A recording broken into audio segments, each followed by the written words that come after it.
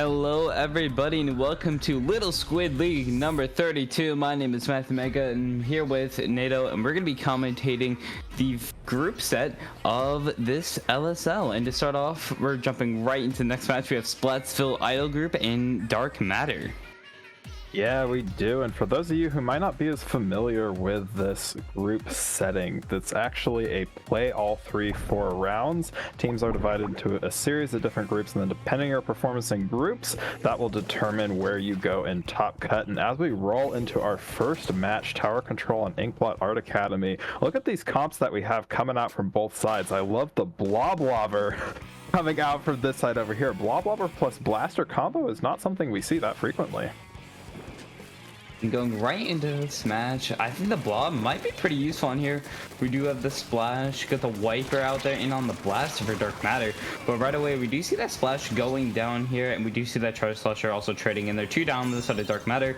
Splatsville Auto Group picking up that tower immediately, dropping that top cooler down, trying to get the pick off the wiper, but they do get that clap back there, and they get another pick onto, and now onto the other wiper. The other wiper is going to be taking them out there. The blaster getting rid of that wiper deco, and 2 down on both sides now, and now Dark Matter is trying to pick that tower back up. You know, total bloodbath right at the beginning of the map. We saw Splatsville Idol Group have a small advantage there, but it was instantly turned around, and it looks like now we're going back to 2 down for Dark Matter. The splash falls a second time. Splatsville Idol Group has retaken this tower. They're moving toward the first checkpoint, but the issue has been these rats in the back.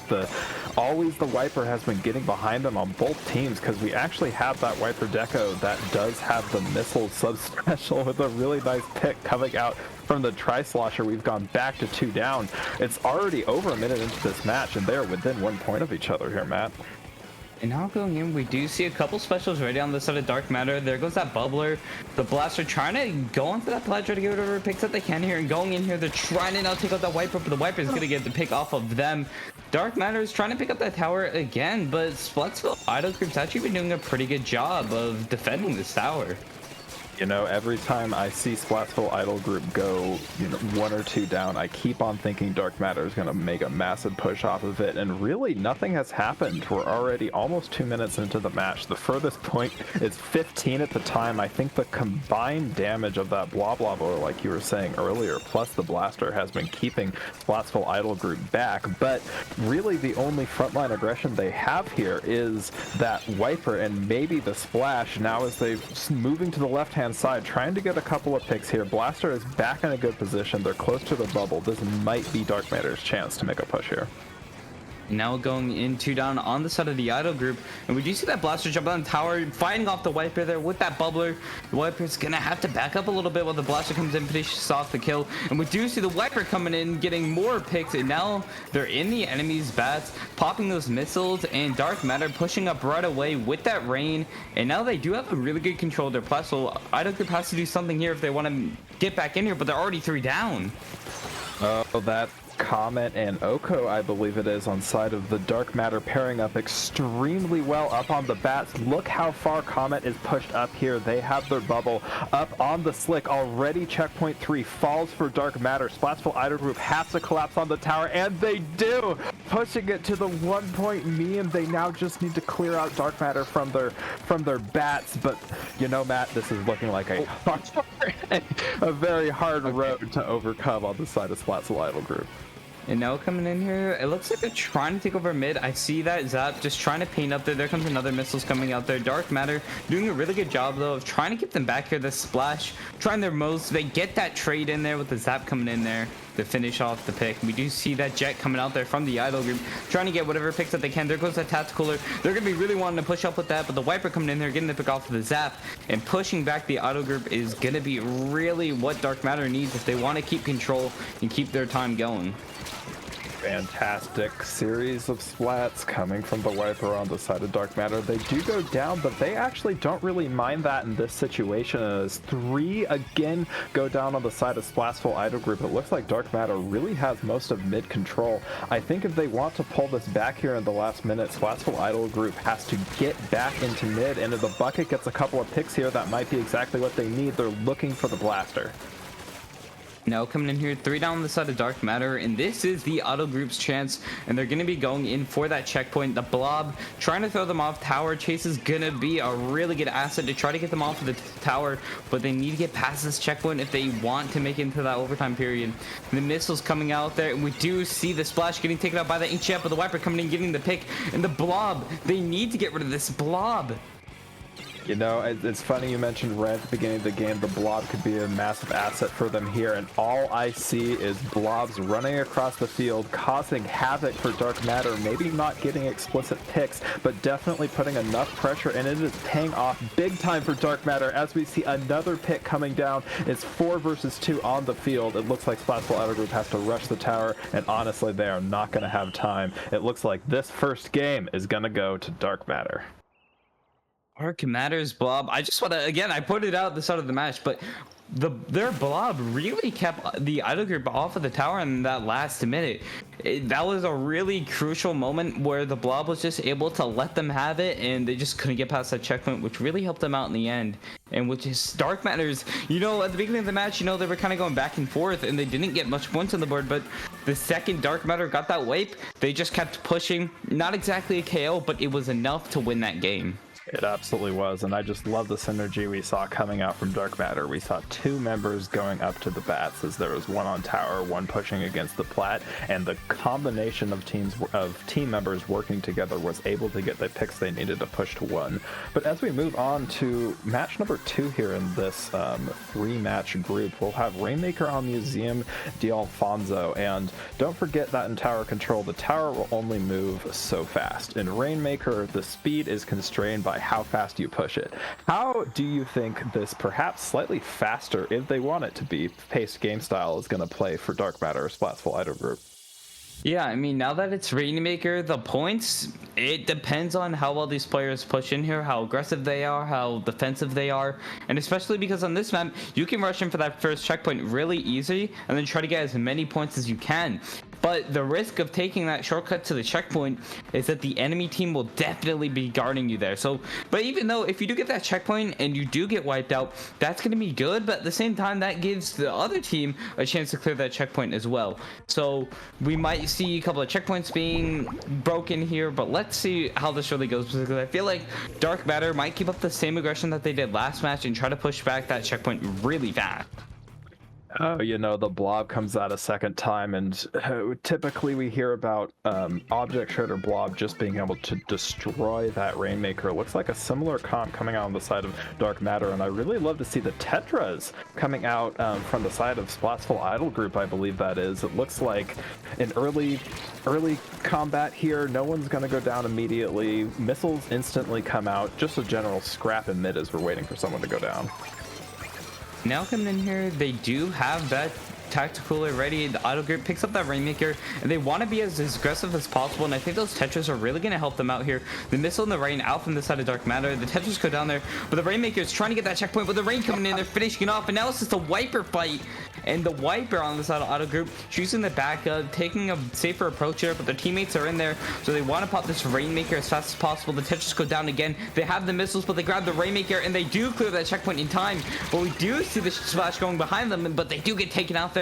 2 down on the side of idle group, and no, now 3 down, and it looks like that's going to be the end of their push for a little bit. The try goes down there in Dark Matter. They want to reset, they want to get as much turf as possible, and they are going to be pushing in really fast, so the idle group has to be ready for this.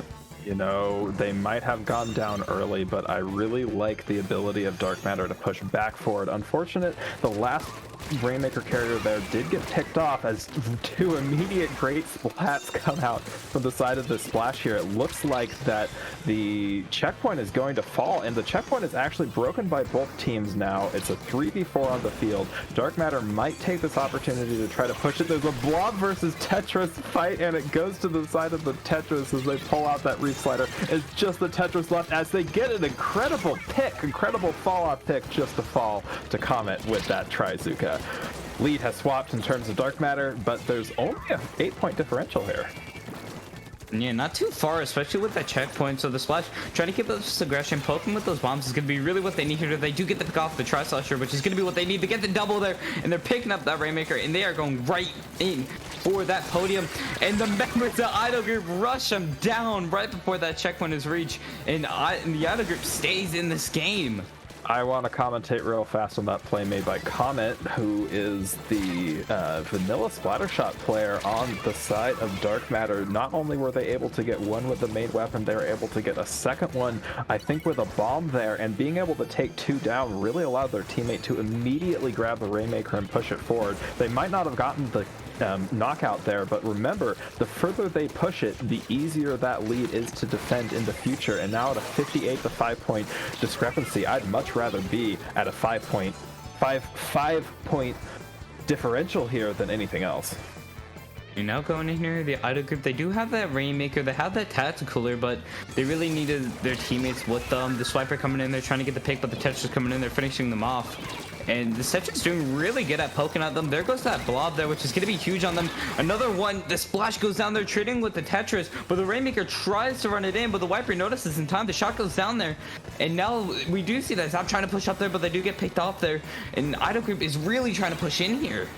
Oh, if it was not for the missiles plus Toxic Mist combo, we could have seen a lead shift there. Tetra's on the side of Splashful Auto Group definitely putting in the work, and it looks like that Rainmaker, they dropped it intelligently, but it's only the Bloblobber left. I think if they can push the Bloblobber sufficiently back here, we might get another really good chance to push on the side of Splashful Idol Group. They just have to get the picks earlier this time.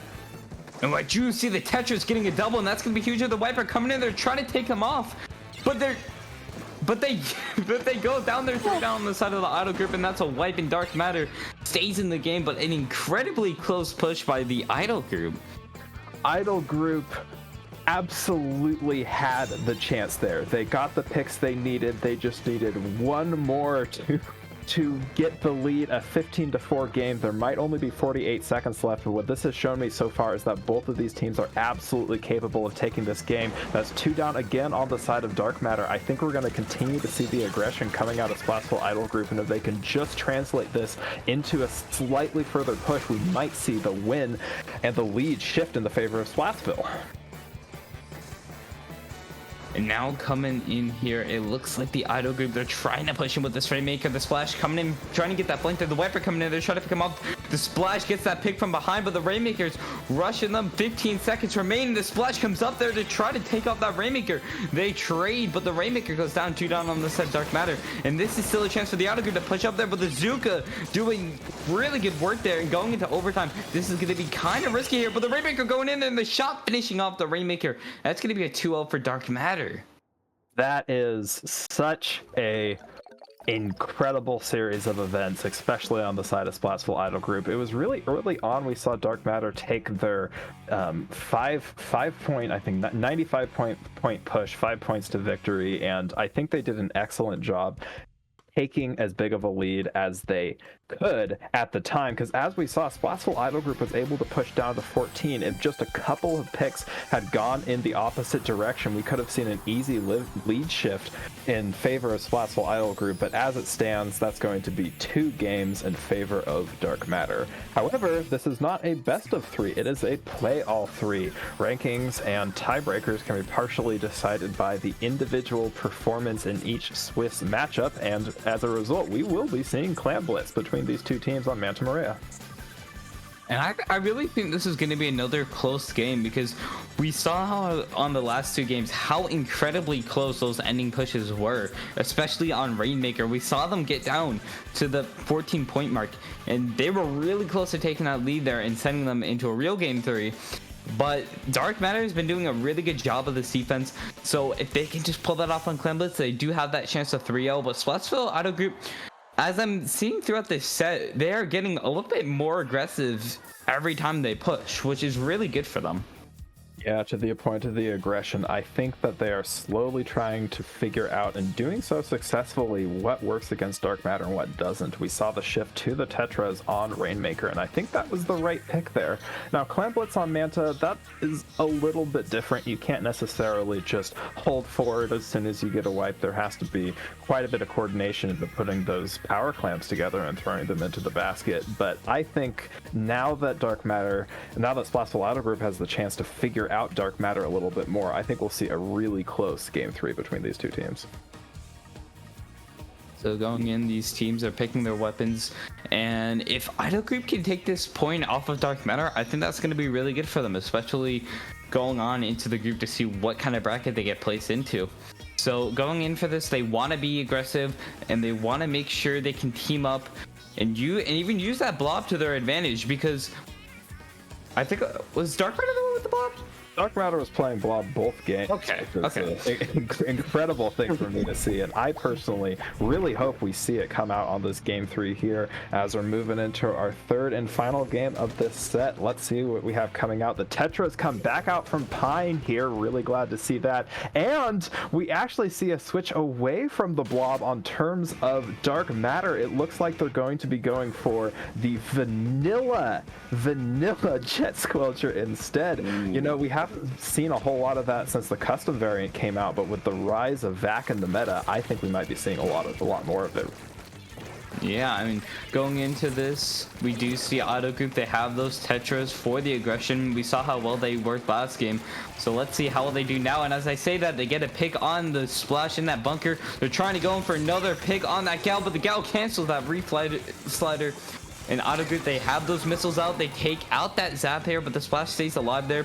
They trying to get whatever pick that they can here, going in, trying to take out that jet, and they do get the pick off of the jet. And now 2 down on the side of Dark Matter, and Splashful Auto Group really picking it up, taking that pick off of the splash, and now they have completely covered mid in their favor.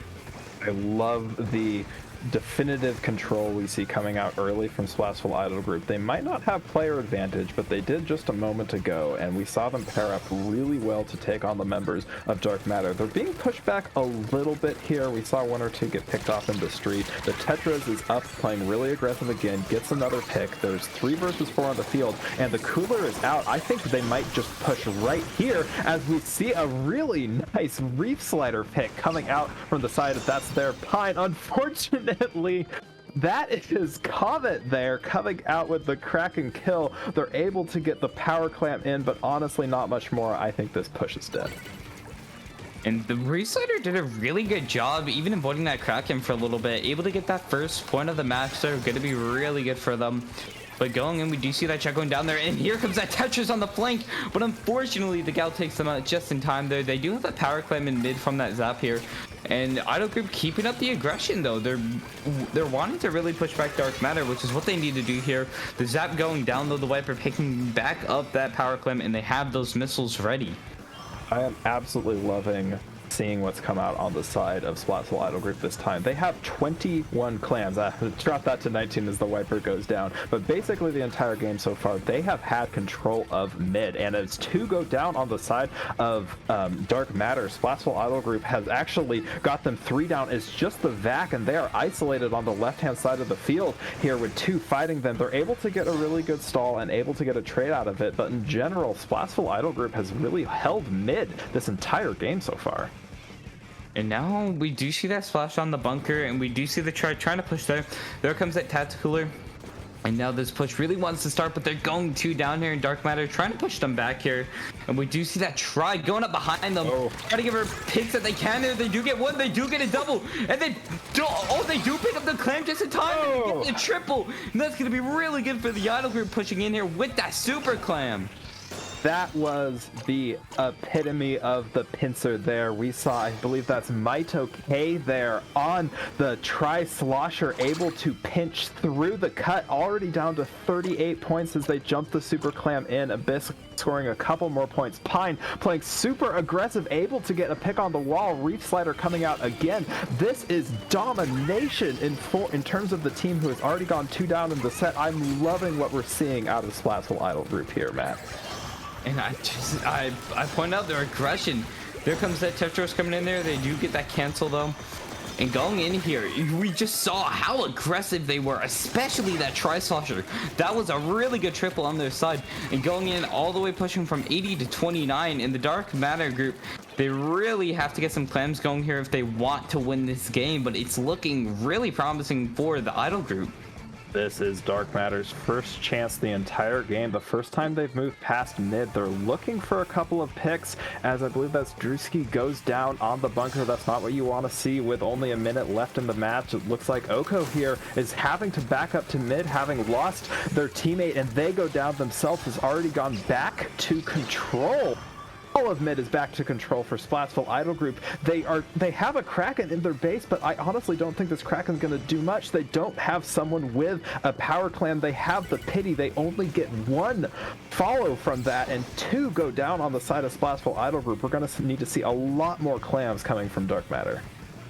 Going in here, less than 30 seconds on the clock. They have that crab ready, but the Idol Group looking really strong here.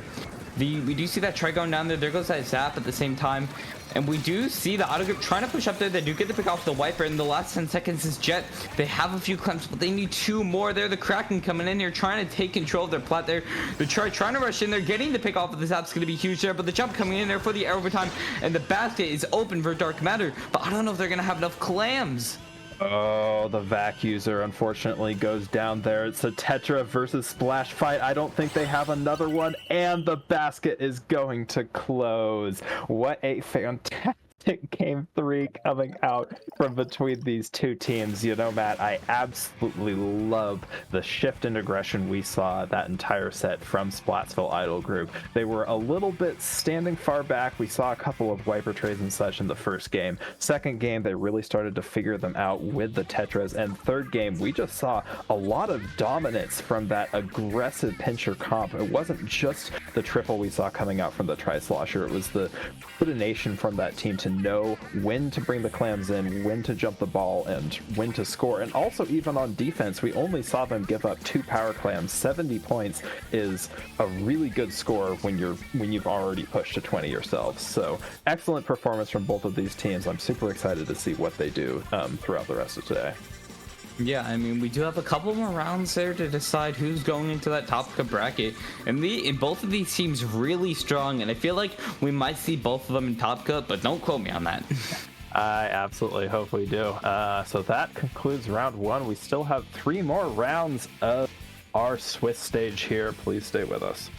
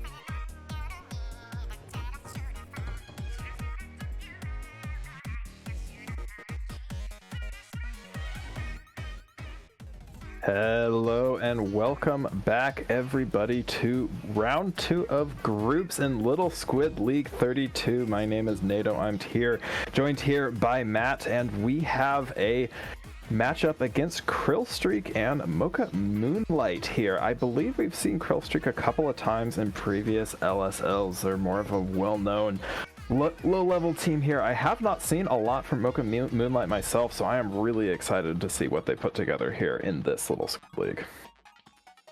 I haven't even really seen these two teams, so I'm really excited to see what they bring onto the table, starting off on Splat Zone's Uami Ruins, Tower Control Hagglefish, and Rainmaker Humpback.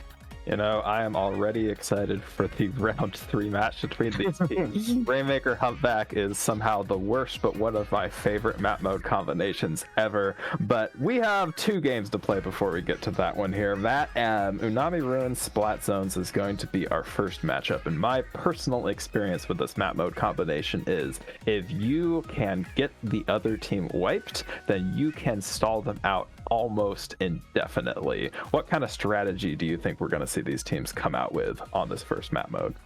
I mean, it's a double zoned map, so we could definitely see a lot of trying to stall going around here, trying to just cap the other zone so that the other team doesn't get as much points. That's like the one thing you really need to worry about with 2-zone maps, because if you have control on one side, you need control on the other side.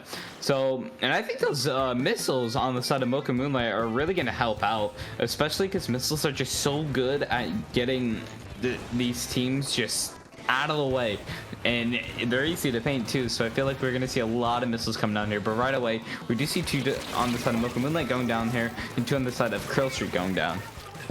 Absolute immediate double coming out from Milk on the side of Krillstreak. That is the performance I love to see from them, basically flanking all the way around to the opponent's side, and another pick on the side of Dome coming out from the Crab here on the side of Krillstreak. It looks like that Krillstreak is going to take the early cap here. If they can get rid of this Carbon in top mid, they might have a chance to push this lead a lot further.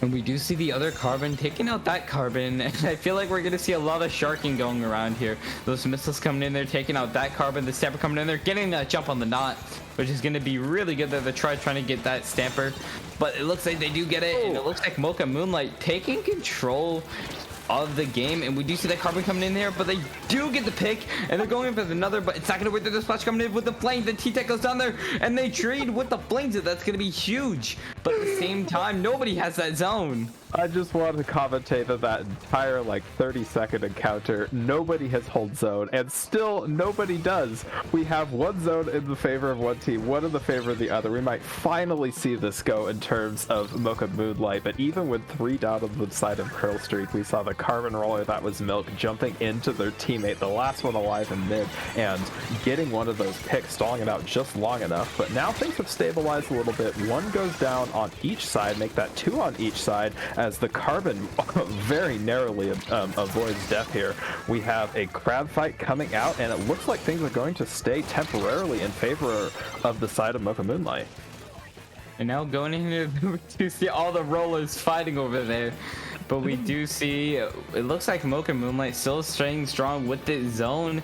They have it in their favor. The Crab coming in here trying to take out that Stamper, but they really want to paint these zones. They're focusing on the players, but they really want to cap these zones, make sure they're not getting as many points as they are right now. But going in here, we do see Krillstreak about to push up here. One of the rollers go down, but the Stamper's doing a really good job of playing defense here, making sure this knot's out of the way. They have that Zip Caster at the ready, and they have the missiles, and they have the Tri-Strike, and all their specials are popping in there. The Jet trying to get whatever kills that they can here, but still, the zone is in Mocha Moonlight's favor.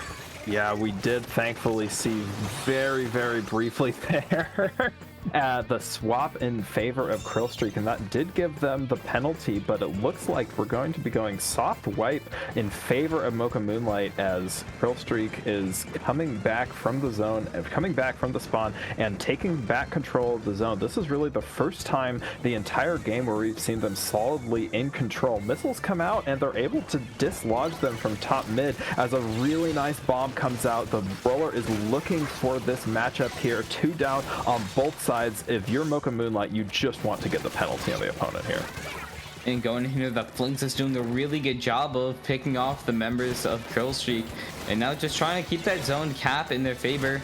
They do get that penalty on the board, but it looks like they're pushing back just as strong here. We see the Tri-Slosher trying to just paint up as much as possible. The Carbon goes down there, Flinks goes down, and it looks like Kill Streak is really trying to take this zone, but the Tri goes down there, and this is Mocha Moonlight's chance to really take back this zone. Absolute fantastic gameplay coming out from Mocha Moonlight. They're looking for that penalty, and they're able to get it as the Stamper here is able to get a second. They're looking for a third. Yes, they do. They get Mart there on the far left-hand side. It's just the splash up on the side of Krill Streak as Mocha Moonlight is able to move back into the lockout position with only 1 minute left on the clock. What does Krill Streak have to do to get back in here? And now coming in here, we do see they have control in Krill Streak. They really have this one last chance if they want to take back there. There comes that Jet. They're taking down the T-Tech, and this is their chance to push in here. They cap that zone, and we do see the Carbon. They do have their special. They're trying to get whatever picks that they can there. Krill Streak takes that zone in these last 30 seconds. The Carbon trying to get the picks, but backing up just for that safety. They have Rain ready. The Tri-Strike goes down. The Tri goes down there. The Splash goes down there. But it looks like Mocha Moonlight, they do not want them to take the zone really easily. And the Carbon goes down there. And it looks like Mocha Moonlight has a chance to get the zone back, and they do take it back. No, Krill Streak was in a good position there. They just went 2 down with only 10 seconds left. They're going to have to concentrate on capping at least one of those zones. Unfortunately, 2 go down on the side of Krill Streak. Mocha Moonlight needs to hold on for just 1 more second, and that is our first match going in favor of Mocha Moonlight. And the thing I want to observe there, we didn't say it explicitly, but that was a triple roller game. We saw 2 rollers on the side of Mocha Moonlight. That wasn't just the Carbon roller that you kind of expect to see, but also the Flingza roller, which has fallen a little bit out of favor now that we have Wiper Deco to spam missiles as well. But that really did work in favor of Mocha Moonlight there. They're able to use the sharkiness, the speed of the Carbon to get the picks, and they're able to use the Flingza to put down paint and get missiles. And even though we had 1 Carbon roller on the side of Mocha Moonlight that was piloted by Milk, it just wasn't quite enough to take that game off of Mocha. And now going into game 2, Tower Control Hagglefish. This is definitely going to be one. I feel like this might be a little bit of a faster game. What do you say? I think it might be a little faster as well. As we saw on Ruins, there was a good period of time where one zone was held by Mocha Moonlight, one zone was held by Krill Streak, and there was no points being made in either team's favor. And that's just the nature of double zones maps, right? You have to capture both and be solidly in control to get points on your side. Something like Tower Control, I totally agree, Matt. We could see one team kind of break away here. We could see them decide, hey, we just want to clear checkpoint 1, get a couple of picks, and if we can clear checkpoint 1, then it'll snowball from there. My experience on this map is if you get past checkpoint 1, especially if you're able to take that top left area, some people call it snipe, some people call it bats, then you can cause the score to go from like 90 to like 30 really quick. And I'm really excited to see what this double roller comp on the side of Mocha Moonlight is going to do with this map mode. Yeah, Haggle's definitely an interesting map. You have those sides that you can paint up for special. You have a great mid area, and I feel like Umbrella is used a lot, especially by backlines to get really good picks here, and by leaders. So I feel like we might see more backline comp coming in here from one of these teams here. But I do expect the Flinkster to come back here because those missiles are going to be really helpful. Yes, they absolutely are, especially on something where the tower has to pause at a checkpoint. And to your point about the backliner, already we see a charger. That is a Z+F charger coming out from the side of Krill Streak here. And interestingly, we see Milk not on the Carbon roller. They actually chose to switch to the Vanilla roller here. And as a Vanilla roller main myself, I absolutely love this pick. You barely see it anymore. I'm really excited to see what they'll do here. And going in right away here, we see the roller trying to get the pick off of the Stamper, but it's not going to go there. The roller gets taken out there. The missiles coming in from Mocha Moonlight, trying to just move them out of the way here. The Zap trying to get the picks, not exactly going to work here. And we do see the Stamper coming in there to try to take out the roller, and it's just that charger alive on that Umbrella. But the Flames does get taken out there. They're trying to pick up that tower because they really want to push getting started. But no, Jam gets taken out by that charger. A really good pick, and there goes that Tri-Strike.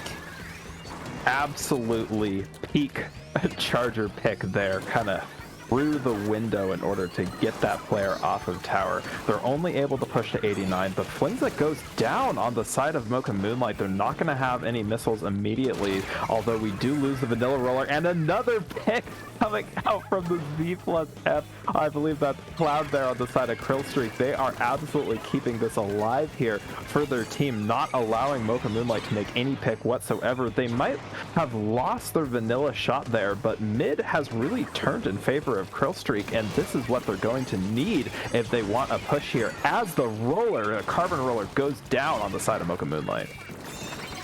And now going in here, we do see that roller trying to get the pick here on that Flingza, and the Flingza goes down there just in time. Krillstreak is trying to pick up this tower. They get the pick off of Leggy, and now going in for another pick.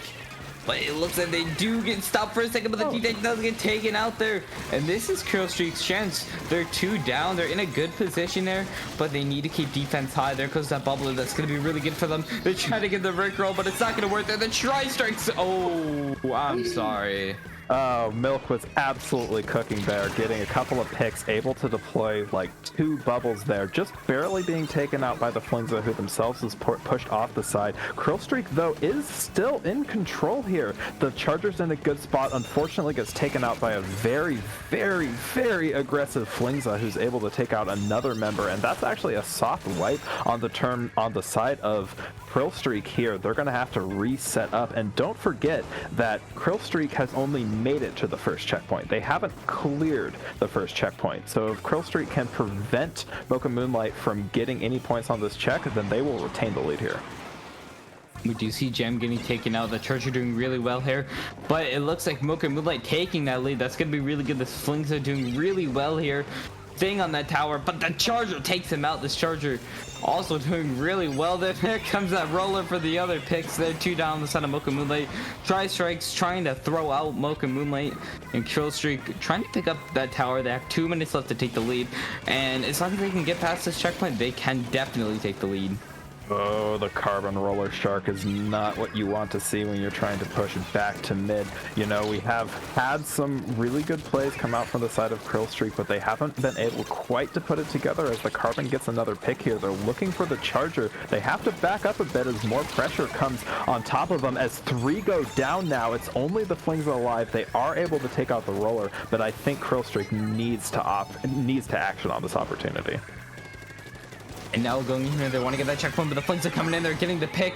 He's rushing that Charger down. He does not want that Charger in the way, but he notices that they are picking up the Raven, not the Raven of the tower, but they go in there getting another double and missing the last 2 players of Krillstreak, and that's going to be really good for them.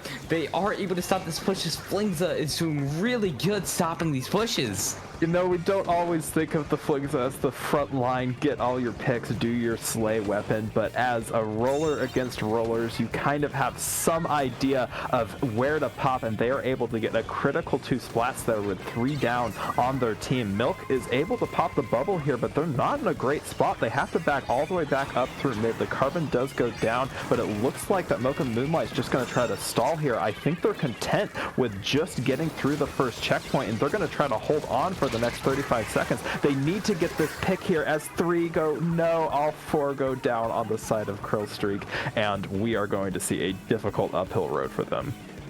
They really want to push in. They only have 20 seconds. The miss is coming in there. Mocha Moonlight on this tower. They want to get as many points as possible. 1 goes down there. The Charger trying to get whatever picks that they can. They get the trade with the Flings of a Gym, staying on the tower in these last 10 seconds, pushing it as many points as possible. The shot trying to rush on the tower to kill the T-Tech, but the T-Tech staying alive. The roller coming in there to try to stop them, but I don't even know what's going on at this point. The Tri-Strike's coming in there on the tower to finish off the match, and that's going to be a 2-0 for Mocha Moonlight going into game 3. We say the GG Tri-Strike, the GG Stingray, the GG Booyah. You can also GG by popping your Tri-Strike on the tower you're trying to push as well. There's not much you can do with the Tri-Strike exploding on the very place you need to stand to have a chance at winning. And I just want to call out how incredible of defensive plays that was in the favor of Mocha Moonlight. They were 3 down, and the Flingza roller knew where to look for the picks to pick off those players as they were pushing just to the first checkpoint. I really love the adjustment we saw come out of Krill Streak. I absolutely think that the charger was the right play there. I think Cloud got some really critical picks and actually just stopped Mocha Moonlight from getting the early lead. The Krill Streak had the lead most of the game, so I think with knowing that the double roller seems to be kind of here to stay on terms of Mocha Moonlight, I think we could continue to see improvement from Krill Streak and a really good game 3 here on Rainmaker Humpback. Definitely. I mean, we saw how the Flingza was able to do God's work these last 2 matches, so I'm expecting them to bring them out again for Rainmaker Humpback, and I feel like they're going to be really useful on that too. But these rollers have been doing really good, especially even the charger that we saw last game. Those tri-strikes were really good, and I feel like these teams are really using tri-strike to their advantage.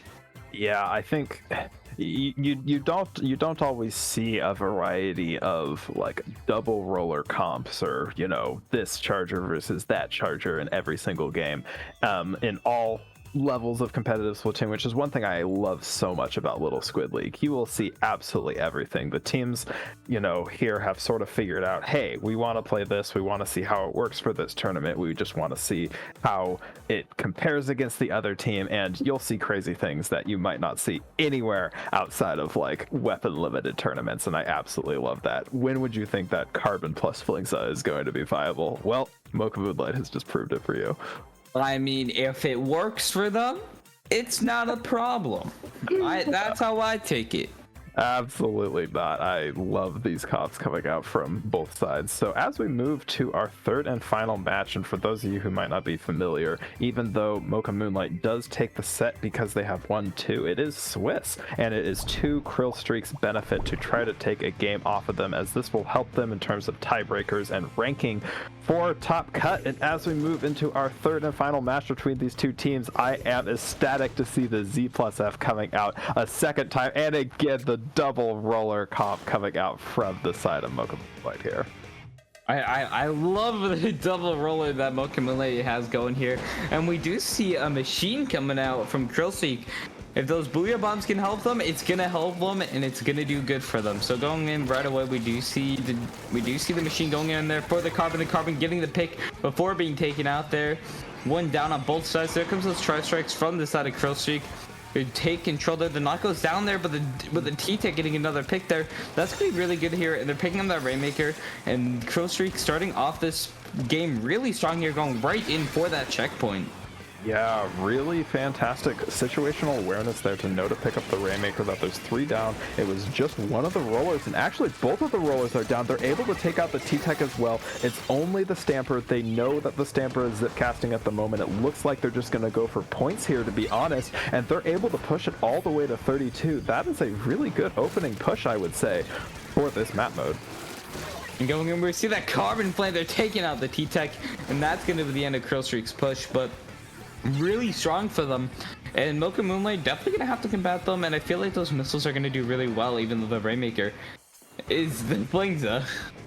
Yeah, it looks like they're just going to immediately go for this right checkpoint here. The machine is there, and they're putting a ton of pressure on. I'm not actually sure they're able to get the check. They don't, but the specials do come out. Milk is flanking from mid here. They're going to go right up against Jam. It's a T-Tech fight. Milk comes out on top, and as 2 go down on the side of Mocha Moonlight, it looks like Krill Streak is going to successfully defend this push. And I do want to commentate, they have not lost the checkpoint. So as Mocha Moonlight is trying to push in the future, they will have to clear that checkpoint before they could go any further. And now we do see that Flingza trying to pop that Rainmaker. We do see the machine trying to combat it. There goes the strikes, and the Rainmaker being picked up again there. They want to get this checkpoint, but they don't exactly get it. But they do have still 3 minutes on the clock to get it, so they do have time on their hands. They're 2 down on the side of Krill Streak. And Mocha Moonlight really wants to push up here. They're trying to cancel that machine, but it's not going to work there because of that charger. But they do have Tri ready. They do have the Zuka ready. Yeah, oh man, Cloud here has just been putting in work with the Z+F charger. There was 1 player remaining, it was the Carbon, and Cloud was able to find them and take them out. However, we actually see the charger is now being targeted by the Flingza, as basically the charger is going to go down, we're not going to have that backline pressure, and that's going to allow the first checkpoint to be cleared pretty rapidly by Krillstreak. They're able to get rid of both the Flingza and the Stamper here. They've lost the checkpoint, but I think they're going to be able to defend. Yeah, I mean, there they are getting another pick on for their favor, and Krillstreak picking up that not tower this time, Rainmaker this time, and we do see the Carbon trying to just block them out a little bit. And Milk and Moonlight, they really want to play aggressive here, but they're able to keep taken out there. And with 2 minutes left on the clock, Krillstreak looking really good this game. They absolutely. And as I say that. Free go down, the commentator curse is going to prevent it from going any further. You can't do that to them. We see another 4v4 on the field, but don't forget that all of Krillstreak is basically coming back from spawn. They do have the triple strikes out. They've got them sort of collected all in mid at this point. As the Rainmaker carrier goes down, it's looking like the machine is going to come out in favor of that interaction with the Carbon, and now it's just the T-Tech that's Jam over on the side of Mocha Moonlight going down to the machine. Krillstreak has re-established their dominance in the middle of this field. Now we do see that Booyah Bomb being picked up here. They're not going down there, but still Krillstreak looking really strong going into this last minute. Gem trying to pop that Rainmaker, the machine goes down there, and they are picking up that Rainmaker, and they have maybe 2 chances to make this work here, but the bomb almost kills them, but the Tri-Strike's trying to block them out here. The T-Tech goes down, the Rainmaker going in right ahead. Machine picks him off there along with the Charger. Charger goes down there. 2 down on the side of Krillstreak, but they have those Tri-Strikes ready. And we do see Leggy trying to keep it up, but they go down to the Tri-Strikes. And it looks like Krillstreak is picking it up in these last 30 seconds.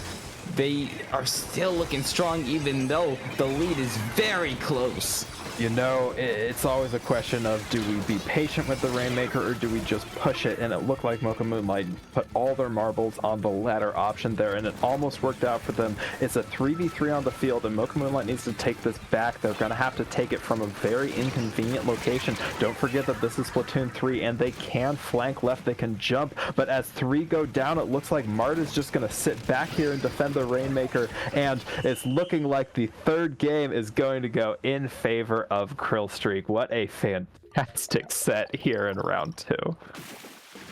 And so far, our sets have been 2-0. We haven't seen any 3-0s, but we've seen how strong, even just these 4 teams we've commentated so far, we've seen how strong they are. So going in later into this bracket, I feel like Mocha Moonlight's going to be really strong on that double roller. I think they are. Again, I just absolutely love the comps we see coming out of all these teams here. They play what they want, and man, do they make it look good. And I just do want to give a lot of favor and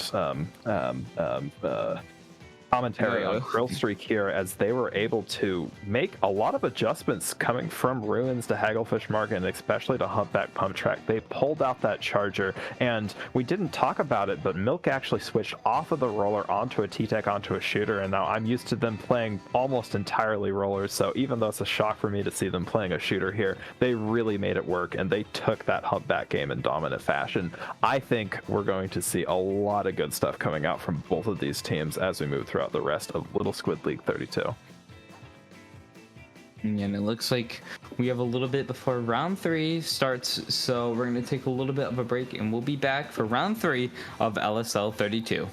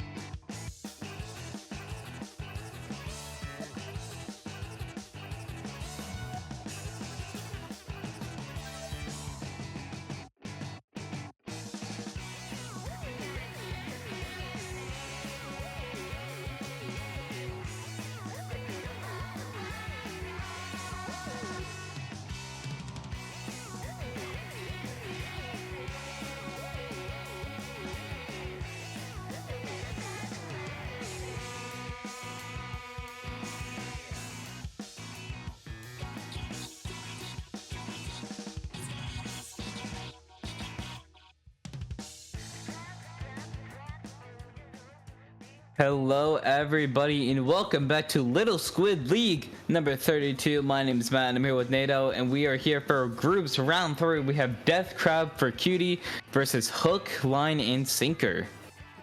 Yeah, we were talking about this a little bit earlier, but Hook, Line, and Sinker is a perennial LSL player. They've got quite a few members on their team, and I'm really excited to see how they're going to stack up against Death Crab for Cutie here as we're moving into round number 3. I do want to say that both of these teams are currently 1-1 for the day, so they should be pretty evenly matched as we move into our play all 3 here in round 3. We first have Clam Blitz on Museum, followed by Zones on Mako Mart, and then finally Tower Control on Sturgeon Shipyard. Going into this, I feel like we've seen Museum a few times throughout this tournament so far, and Museum has been played really fast lately, so I think Clamblitz, they could slow it down a little bit more. Sweat Zones, Mako Mart, we've always seen this map. It always appears in any kind of tournament you see, followed up by Tower Control Station. So a bit of Splatoon 2 references going on in this set. Yeah, but we're going back to Splatoon 1 for the first game here. Let's look at the loadouts coming out from both sides. I'm happy to see a Splatling coming out and a Brush coming out from the other side. The Brush Charger comp coming out, and what is that? A Vanilla Heavy comp. We've been seeing a lot of rise in the Heavy deco, so I'm excited to see what they're going to be doing with the Vanilla Heavy here. And going in right away, I feel like, oh, those Dapples. I love Dapples. Dapples is my baby. So I really want to see some good Dapples plays coming up from Hook, Line, and Sinker. Going in right away, getting the pick off of the hero shot here. We do see the dualies around. I feel like the dualies do have the crab, so I feel like that's going to be really good for them. Brush gets taken out there. Dualies get taken out there. A lot of random picks happening, but it looks like Death Crab, they sort of have the map here. But as I say that, with the Tri-Strikes completely covering their base, this is going to be really good for Hook, Line, and Sinker to push in. Yeah, Hook, Line, and Sinker already getting 2 down. The Reef Sliders coming out. I think they know where that Vanilla Dualies are. The Dapples does go down, but they are able to get a couple of picks before that happens. 2 down on the side of Hook, Line, and Sinker. It looks like Death Crab for Cutie has chosen sort of a turtle up here on their plat. They just want to prevent the opponent from pushing, as Supreme there on the Dapples makes a really good play, wins the dually fight, and jumps out to take the advantage. And we see mid control really shift back in favor in terms of Hook, Line, and Sinker. And going in, we see that Brush getting in. They're getting a nice double onto Death Crab, which is going to be really good for them. And we do see 2 specials ready on the side of Hook, Line, and Sinker, so those are going to be really good for pushing back Death Crab here. But we do see, there comes that Spider-Man special coming in there, but they aren't able to get any picks off of it, which is going to be really risky for them. Now that we do see, it's just that Dapple's being really aggressive towards them. trying to take control, and they're trying to get the pick off of the spot lane, but the spot lane notices just in time. But it's been almost 2 minutes, and we haven't seen anyone scored yet. Yeah, you talked right at the beginning of this match, maybe it'll play a little bit slower, and it absolutely has so far. We've seen some good aggressive plays come out from both sides, but no real scores yet. It looks like Death Crab for Cutie has chosen to take top mid here. They might try to make the jump, but it looks like the brush, that's Vocal Neko here on the side of Hook, Line, and Sinker is able to get 2, and they are just holding forward here. I think that Death Crab for Cutie is going to attempt to slow it down, but as they are pulling multiple specials, taking out that's the zap on the side of Death Crab for Cutie. That's 3 down, just the Dooley's alive, and Supreme is already pushed basically into their walls. 36-point push for Hook, Line, and Sinker. What a fantastic opening showing for them. Down to 36, and they still have 13 claims at their disposal. That's a really good push from Hook, Line, and Sinker. They do have a bit of mid control happening here, but it looks like they do have that crab ready to pop at any point, and as I say that, they pop it. But I want to point out how well the Brush and Dapples did on that opening push for them. Able to take down most of the members of Death Crab was really good for them, especially with that reslider. And now they're able to get down to 36 there with 2 minutes left on the clock here. We do see the Doolies going down there to that Brush there, and the Brush pushing up like crazy, trying to get rid of picks that they can there, and there's another double, but they get taken out by the Wave Breaker. The Wave Breaker is the curse of all Octo Brushes, and I can say that for sure, as we see a power clam jump come out from the side of Hook, Line, and Sinker, pushing that lead all the way down to 28. They have gone 3 down, but it looks like Death Crab for Cutie is continuing to kind of stick with their MO of trying to hold mid, and that honestly is kind of what Hook, Line, and Sinker has been playing into here. They've been playing super aggressive into mid, with that Brush getting yet another double coming out on both sides. Vocal Neko here putting in absolute work. It seems like they're spending most of the match off the opponent's plat here. Now they have the Brush ready. Trying to push up here is going to be really useful for this pressure. Trying to get the pick up the spot lane, but not quite. But with less than a minute remaining, Hook, Line, and Sinker are doing a really good job here of playing defense, because that's all they need to do now. They don't even need to push up. Death Crab, they're trying whatever they can. They got to get their clams ready, because in these last few seconds, it's going to be crucial. But because they only have that pity clam remaining. Indeed, and you know, I think we continue to see Death Crab for Cutie try to take the strategic top middle spot in mid. Unfortunately, with these sort of fast-moving, almost sharky weapons, both the Dapples and the Octobrush on the side of Hook, Line, and Sinker, it has not gone super well for them yet. Although they are able to get both of those weapons down, they can be punished. I think we're going to want to see them push a little bit further forward than they have before, and with 2 up on their plat, it looks like they're going to try to get this power climb jump, but no! The Dapples comes in from behind, goes for the crab. It looks like Dapples and Octobrush have teamed up. It's in overtime. They have to try to save this ball, but with 2 going down, I don't know they're going to be able to do it. Yeah, with overtime already half over, that ball is going down, and there it is. And that is going to be a really good game for Hook, Line, and Sinker to start off their set. You know, you called out the Dapples, my beloved, right at the beginning of that match, and you also had called out maybe we'd see it play a little bit slower. That game went from playing very slow, very stally for about the first 2 minutes to the Dapples and Brush really teaming up to switch it into overdrive. We saw both of those players get to the opponent's plat, you know, set up for their teammates, get the picks that they needed, and we saw 2. Honestly, 1 really massive push, but a second push that followed behind it that could have been super massive itself. And I think Death Crab for Cutie didn't really have a good way to respond to that. They kept on trying to take the strategic middle positions, but unfortunately, they just kept on getting picked off by the kind of more aggressive play of Hook, Line, and Sinker that game. So going into this second game, I feel like Death Crab, they wanted to get a more aggressive approach. I mean, Hook, Line, and Sinker, they have those Dapples, and I think Reef Slider could be pretty useful on here, even though Dapples aren't the best at painting. Reef Slider can definitely cap a zone or 2. So they could bring them back, or they could switch, we don't know. But I feel like we are going to see those Julius return for the side of Death Crab, because, I mean, it's in their name. Yeah, I think Crab even itself might not be the meta-defining special like it previously was, but it is still pretty good on Mako Mart. It can apply that sort of long-range pressure that you need. It can prevent your enemies from approaching you, but I think now that Death Crab has the idea of hook, line, and sinker, they know that they're always going to be trying to get behind you. They know that they're always going to be trying to play in your face. I think they might have a little bit of a leg up that they didn't have in the previous map mode. Yeah, and so, as they're picking their weapons, they're thinking, what's going to be good for us? Do we want to go more paint, or do we just want to go weapons that have better kill power? That's what they really want to think about, especially when you're in that weapon select screen. And I think, especially for the side of Death Crab, we could be seeing more paint from them. I think if they add a little bit more paint, they might do better at just painting in general, because we did see them struggle a little bit with paint on the last match. So going into this match, hook, line, and sinker are definitely just want to paint as much as possible over the other team.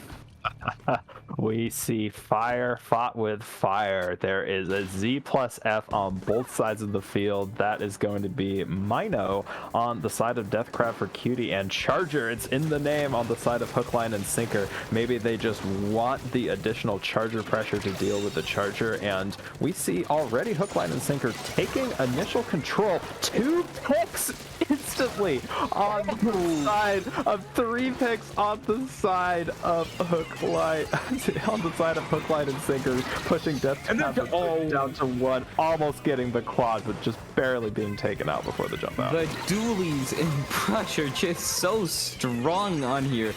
They were able to get that double and then soon a triple. Hook, line, and sinker taking control, but the hammer coming in there saying not on my watch, but no, it is on their watch, because they are going to get taken out. They're 3 down again, and hook, line, and sinker keeping this pressure up. Oh man, working together to get multiple picks here on this right-hand stack. You gotta take a look at the points on the top-hand side of the match here. They're already down to 28. Charger is in a really good position, picked up. We see a trade coming out on terms of that Octobrush. It's 2 down on both sides. Now it's 3 down. I think Death Crab or Cutie absolutely needs to cap here if they want any shot at all, and they do.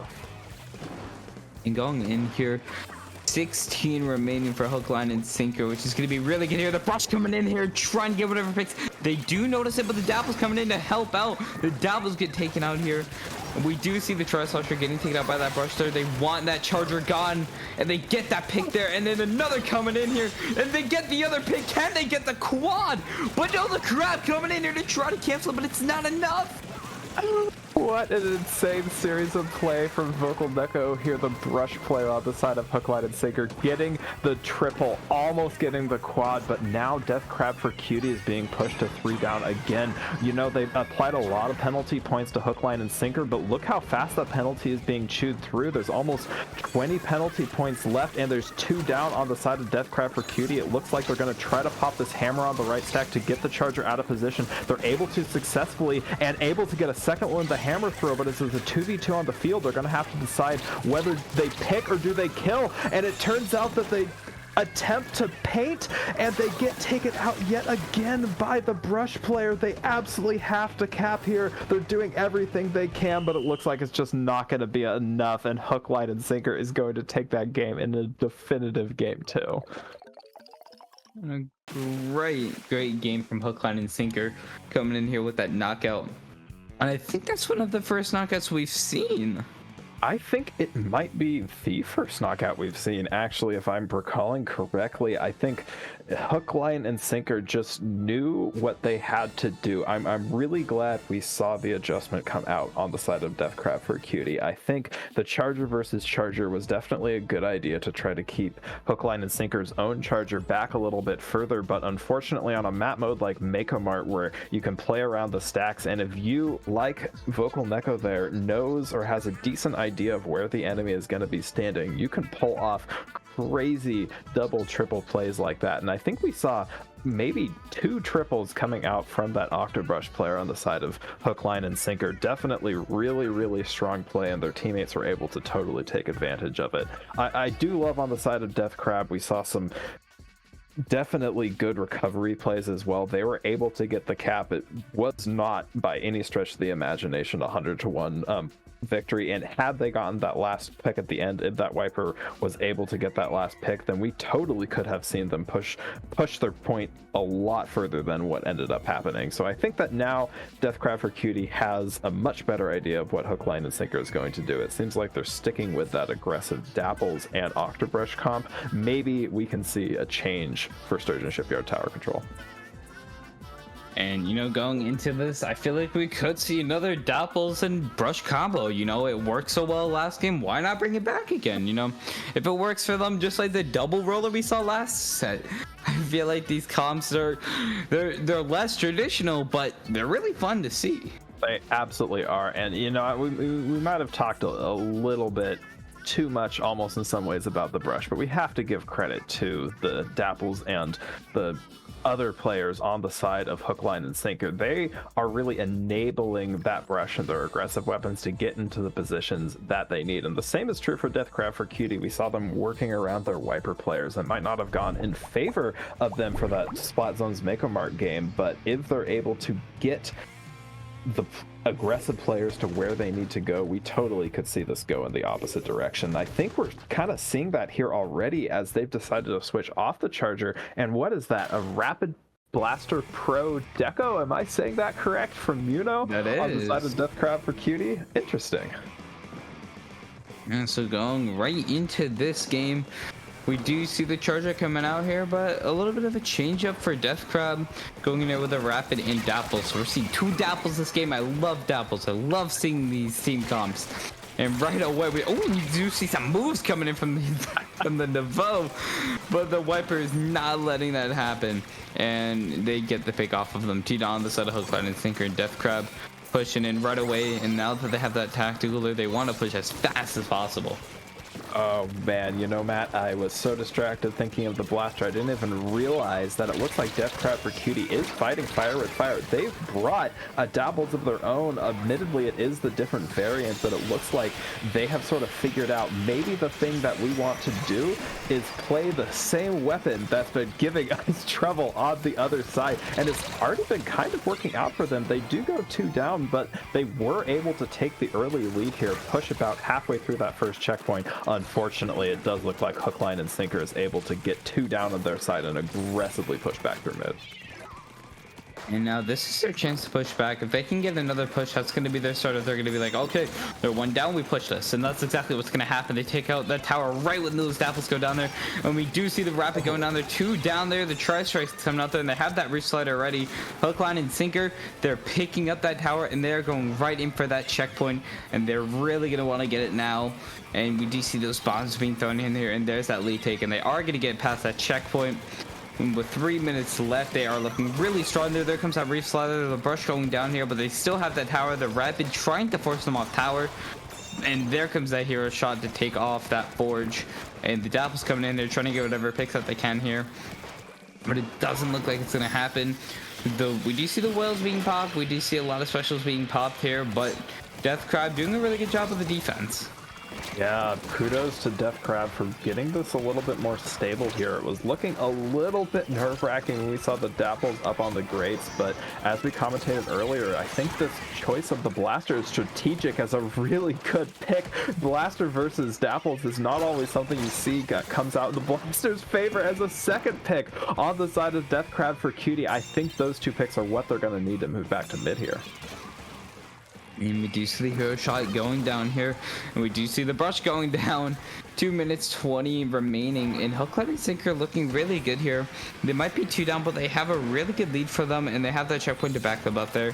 And we all know how hellish the first checkpoint on tower control Sturgeon is, so it's really good that hook, line, and sinker got past it. So Deathcrab's really gonna have to do something if they want to get past it. Tremendous double bomb kill coming out from our Forge player on the side of hook, line, and sinker, able to put a lot of right hand pressure. And I think what we've really been seeing is good defense on the side of Deathcrab for Cutie, but it's been getting to mid that's been a bit more challenging for them. They're able to do better here with an almost kill on the hammer throw on that charger. They really need to get rid of this Brush here, and they do. If they want a chance, they're gonna have to take mid more definitively. And now we see them. They do have that tower there. There comes that well. They want to get whatever picks up they can, but the wiper going down there, it's going to be really risky for them to pick up the tower, but they need to. And the dabble's coming in here, but the torpedoes help. They get the pick, and they're going in for another, and they're going in for that triple, which is going to be really good for hook, line, and sinker. And there is that wipeout. And with just a little bit over a minute remaining, hook, line, and sinker, they have turf and they have control, and that's what they need, and that's going to be their best chance if they want to win this match.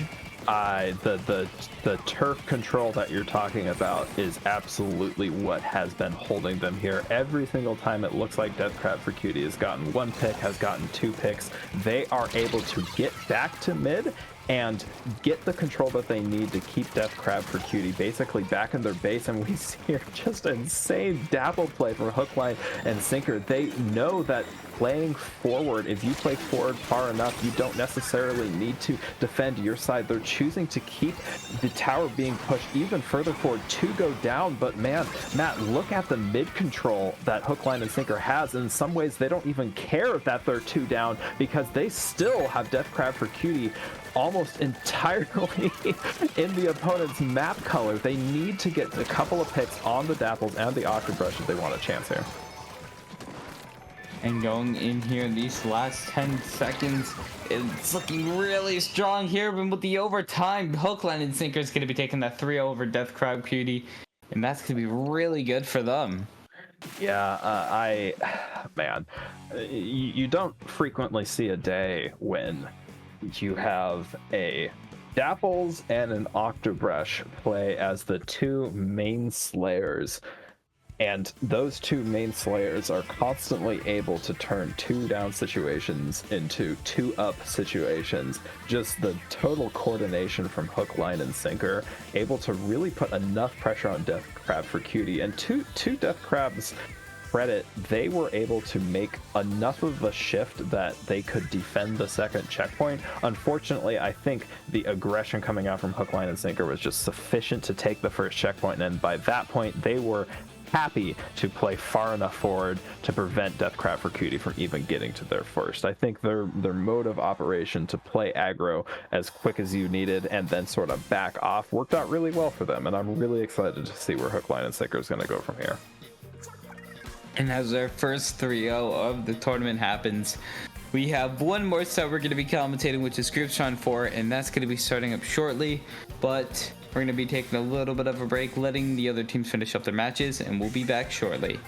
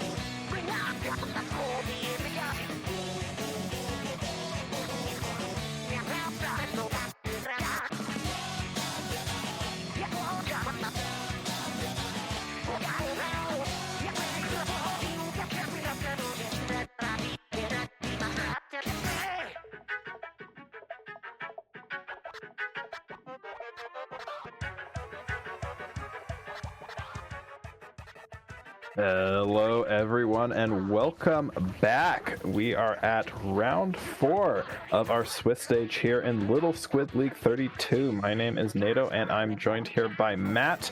We now see our final game of the Swiss stage between Glitter Gel Pens and White Siege. And I believe I've seen Glitter Gel Pens a lot in LSL, so I'm really excited to see them back. And White Siege, I haven't seen them before, so I'm excited to see what they can bring to the table. But Glitter Gel Pens definitely a team that's been around in LSL for a while, so I'm excited to see them back. And I don't know what to expect from White Siege, so I think this is going to be a really interesting matchup, as this is our last 3 games of group stage before we move on to the brackets. Yeah, both of these teams are punching toward the top of their group here with a 2-1 record for the day. One of these teams is looking to try to make it a 3-1 as they go toward top cut. And yeah, to your point, Matt, I am really excited to see Glitter Gel Pens continue to participate here. I feel like they've been around just about for forever. My own team has competed against them, had the pleasure of doing that several times now. And I, too, don't know as much about White Siege, but they are definitely doing well today. They're 2-1 for the day, just as Glitter Gel Pens are as well, and I think we'll see a great matchup between these two teams. So as we move into our final group stage matchup, we have Rainmaker on Scorch Gorge to start us out, then Barnacle on Dime, and finally Splat Zones on Museum D'Alfonso. I think going into this, Rainmaker, we've seen how fast it is recently. We've seen how fast these teams can go past these checkpoints, so I feel like we could be seeing another really fast game. And then we immediately slow down when we come to Clamlets on Barnacle and Dime, and then kind of pick it up a little bit again with Splatstone's Museum. So really exciting how these are going to go. You know, Rainmaker, Clamlets, Zones, all completely different kind of play styles you have to play on here. You know, you got to go a little fast, you got to know when to move back, you got to know when to push or not, and with Splat Zones, you just got to paint. Absolutely. And to your point, in my experience, Scorch Gorge Rainmaker basically goes, let's try to get the first check as soon as possible and then make a crazy push into the pit and try to get down to like 30, whereas Barnacle and Dime is, why don't we wait 4 minutes for some team to get a wipe and then maybe we'll push to like 20 points remaining or something. Kind of two totally different play styles in my experience, but again, we don't know 100% what to expect out of these two teams, so I think once Scorch Gorge Rainmaker goes down, we'll have a much better sense of what to expect. And again, to your point, Museum D'Alfonso, we've seen all varieties of different types of play on this map today. It's generally just paint the ground, but depending on the comp, we can see all sorts of different gameplay. So as we go into our first map mode, Rainmaker Scorched Gorge, we're seeing a tent umbrella coming out on the side of Glitter Gel Pens and the Dapples coming out from the side of White Siege. I'm really excited to see what they're going to try to accomplish with this tent umbrella here, Matt. And going in right away with this, we do see the pop going into White Siege's favor, and Glitter Gel Pens sitting back with that tent, trying to get whatever picks that they can. Yeah, tent already being sent across. You know, that weapon is not necessarily something we see a whole lot in low level, but it is something that can be super duper powerful if you know what you're doing about it. And it looks like White Siege, although they're one down, it looks like both of the players, both of their frontliners are pushing up pretty far here. It hasn't really gone in their favor as they're both forced to back up, but already seeing pretty aggressive moves out of White Siege. And right away, we do see 3 go down on the side of White Siege, and we do see Glitter Gel Pens immediately taken up with that Rainmaker, and they are going to be clearing the checkpoint, and they want to go further in with this push here. We do see that Jet taking a higher spot up there, but the ballpoint taking them out there, and White Siege is trying to respond back there, but the 10 with the Rainmaker getting some extra points on the board, that's going to be really helpful for them. But it looks like this might be the end of their push. Yeah, I think they might try for the cap here. It looks like they're trying to cheese some more points here. Man, that was an exceptionally well-timed play from Glitter Gel Pens. They saw that the Kraken had come out from that 96 gal deco on the side of White Siege, and they just said, I'm going to try to pop this Rainmaker, get as many points as I can. And 26, Matt, is actually a really good push on this map, in my opinion. Don't forget, because you're going into the low ground, it gets harder and harder to defend the further you push. Yeah, so going into this, they break that Rainmaker, and they want to get set up for this push here. There goes that Kraken and Inkjet combo. We do see the Kraken running in there, trying to get whatever picks that they can here. They're going in for the Gal, and they just barely get that push. That's not even the Gal, that was the shot. And it looks like the shot going down there. And now with 3 minutes left, you know, Glitter Gel Pens are in a good spot. Down to 26. White Siege, they haven't been able to push there, but they do still have some time on their hands. So if they can get their specials ready, get a few picks on the board, push in for that checkpoint, that's going to be really good for them. But for now, it looks like we're kind of at a standstill right now, as Glitter Gel Pens doing a really good job of playing defense. Yeah, the standstill is sort of a stabilization here. White Siege continues to use this kind of hyper-aggressive Kraken here to try to open up a path for their team, but it seems like every single time they try to open that path, there's a really well-placed Zuka from the opponent on Glitter Gel Pens to take out the Rainmaker. As another one is going down from Glitter Gel Pens, they're going to have to try to get back into mid. Everyone has burned their specials except for the Reef Slider at this point. They're able to pick off the Tentabrella. They might try to pick up Rainmaker here, and 3 go down on the side of Glitter Gel Pens. Is just Pink trying to defend. And now we do see all these picks happening. White Siege, they have that Rainmaker and they're going in right for that checkpoint, but they don't get it just in time. The Jet canceling it out, and that's going to be really good for Glitter Gel Pens. They're trying to pop that Rainmaker, but they're doing a really good job of this defense, and they're rushing in right away to try to get the pick. They pick up the Rainmaker, but no, another 3 down, and now this might go into White Siege's favor as they pop the Rainmaker and take that checkpoint. That was a critical series of plays from there, and we see Pink being taken out by Winter here on the Dapples. That was an excellent Reef Slider, knowing exactly where the opponent was going to be standing. Don't forget that Glitter Gel Pens has pushed to 26. They have to get somewhere down in this pit area past the pole to take the lead. They're at 53 right now, but the Zuka comes out from the Tentabrella. The combination of the shield and the Zuka taking out the Rainmaker. I don't know where this push is going to land. And with just a minute left, the Dapple's going down. This is looking really good for Glitter Gel Pens, but they pick that Rainmaker back up.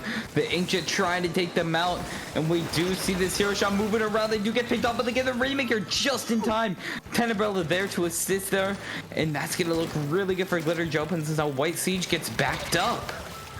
White Siege has gotten backed up to mid. It looked like they were trying to play the long game up there on that plat. They do still have 2 members close to the grates here. It's looking like Glitter Gel Pens is choosing to drop the Rainmaker close to the right pit, and I actually really like that play here, Matt. It requires White Siege to go a lot further just to make another push. If they had left it up in their plat area, they might have been able to get one of those sneaky multiple down pushes, and with only 15 seconds left, it's looking like White Siege is going to have to make a major effort here to take this one back.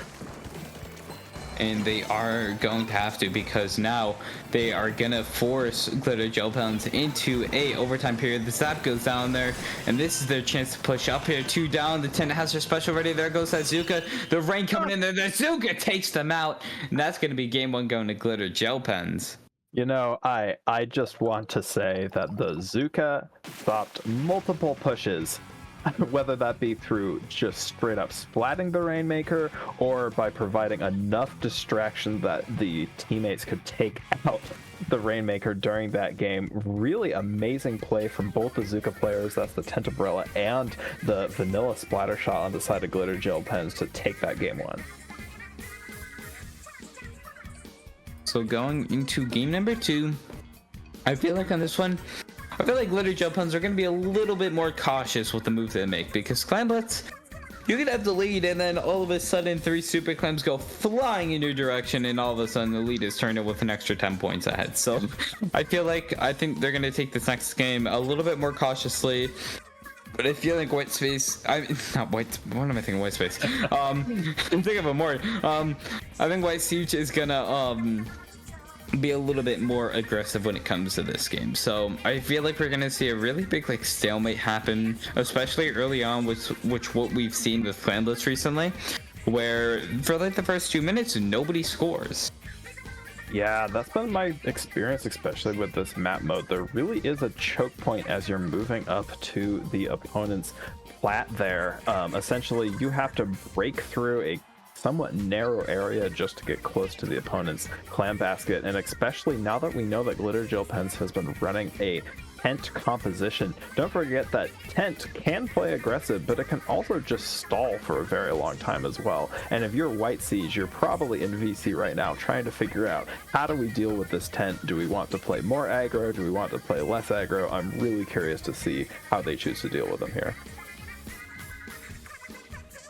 So I mean, going into this, they're thinking, what can we do to combat this? Because I feel like the tent could also be really good here because you pop that tent, you have the super clip, boom, you throw it in there to start the push.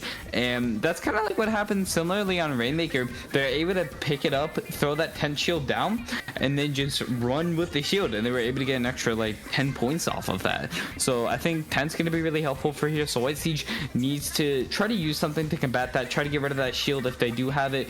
Maybe even use a little bit more object shredder or just focus it a little bit more to get it out of the way so that those extra scoring just don't happen. Yeah, indeed. And that in my mind, knowing the opponent has a tent player or is capable of playing tent is really the first step in dealing with them at all. So now, even though they might be one down in the set, White Siege does have the advantage of knowledge. And let's see, as these loadouts come out, what things are going to look like. The tent does return with the Flings a Roller, and it looks like we're going to see a bucket and ballpoint come out from the side of White Siege along with the Dapples. And we do see that ballpoint out for the side of White Siege along with the tent. I knew they would return with the tent for Glitter Gel Pens, and they do exactly that. So going right into this game, I feel like we're going to see a little bit of a point where both teams haven't made much progress and they're just fighting over mid and clams. So I think both teams are going to wait a little bit, try to take control over mid and just try to gather those clams. And right away, we do see the Dapples going down there, and the rest of the members of White Siege are getting missiled. I like the combination. As soon as they saw they had advantage, Glitter Gel Pens, they decided to pop those missiles there. They're actually able to get 2 kills up on the opponent's block here. There's only 2 members left alive. However, they are using the Inkjet to try to stall things. Now take a look at the tent's positioning here. They're using their Zuka. They are being taken out, but essentially what they've done is distracted White Siege for just long enough to allow them to get kind of back into mid, and now we've sort of stabilized here. No one has made a push yet, and we're fairly equal in terms of clams. Missiles coming out a second time to try to push White Siege back just slightly. It looks like nothing but stall this game. Ooh, the triple from the Reef Slider. That was amazing from the Dapples. And now Glitter Gel Pen is pushing really far into White Siege's base. Yeah, the triple from the Reef Slider really was what they needed to start this push off. They have 17 clams. They have a 3v4 advantage. No, make that a 4v1 advantage. It's just the tent alive. That's Gamer there going to take on the tent. They're going to get this kill. It's 3 down a second time. Do they have follow-up? And yes, they absolutely do, Matt. How are they going to come back from this one? And now down to 47, and a little bit more claims. I think they do have another super coming in. They're down to 38, down to 18. That is going to be really good for Glitter Gel Pen. No, that's not Glitter Gel Pens. That's a White Siege. Down to 18, and that's going to be a huge push for them in Glitter Gel Pens. They're going to take a second. They want to get everything situated. They want to get as many picks as possible, but the Dapples doing really good, taking out whoever they need. They're 2 down on the set of Glitter Gel Pens, and they have more claims to have another push.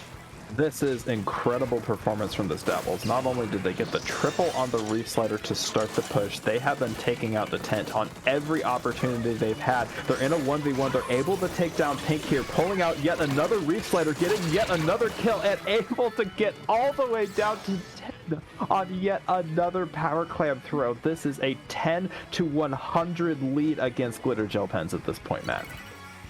That is going to be huge for them going into these last 2 minutes.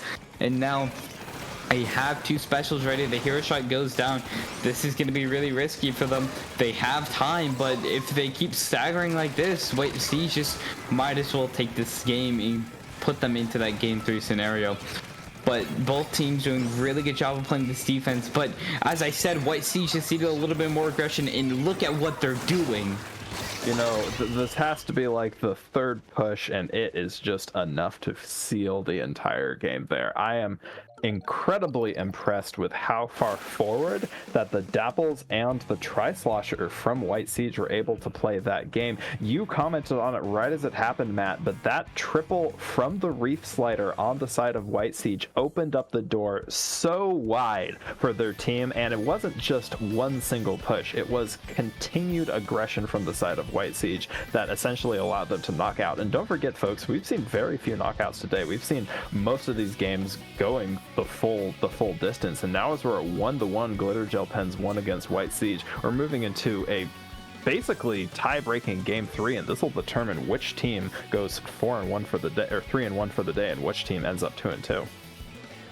And I think this is the first time we've ever seen a one-on-one scenario here. It is, yeah. We've seen a lot of 2-0s. We've seen a few 2-0. We've seen 2 of our sets, team 2 were 2-0, and then the other team got the point off of them. Last set we saw a 3-0, and now it's 1-1 now. So a little bit more variety in these sets, and I think definitely as this is the end of groups, as we're coming to the end of the group stage, a lot of the teams that are fighting right now are really close together. So the seeding really put these 2 teams together here because of how similar in skill level they've been playing this tournament. And now that it's 1-1, it comes down to this last Splat Zones Museum game. It all comes down to this. So like we said earlier, I think White Siege learned what GGP was bringing. They knew Glitter Gel Pens had the tent, most likely bringing it back, and they countered with the strategy of playing further forward. Now Glitter Gel Pens knows how White Siege plays. They know that they can play super aggressive. They play off of those reef sliders. They play off the picks that they get. I feel like this is a neutral position for both teams. They know what to expect from the other team. They know how to play. They now just need to execute. And the difficulty with executing is you're now playing on a map mode combination that you haven't before. Splat Zones, you said this earlier, is paint the ground, but also get the picks that you need to paint the ground. And I'm really curious to see how this will compare for Rainmaker versus Clamblitz for these 2 closely matched teams. Yeah, and I mean, you have that middle tower area to block off paint, so these teams are definitely going to go around sides, and they're going to have to face each other if they want to paint that zone.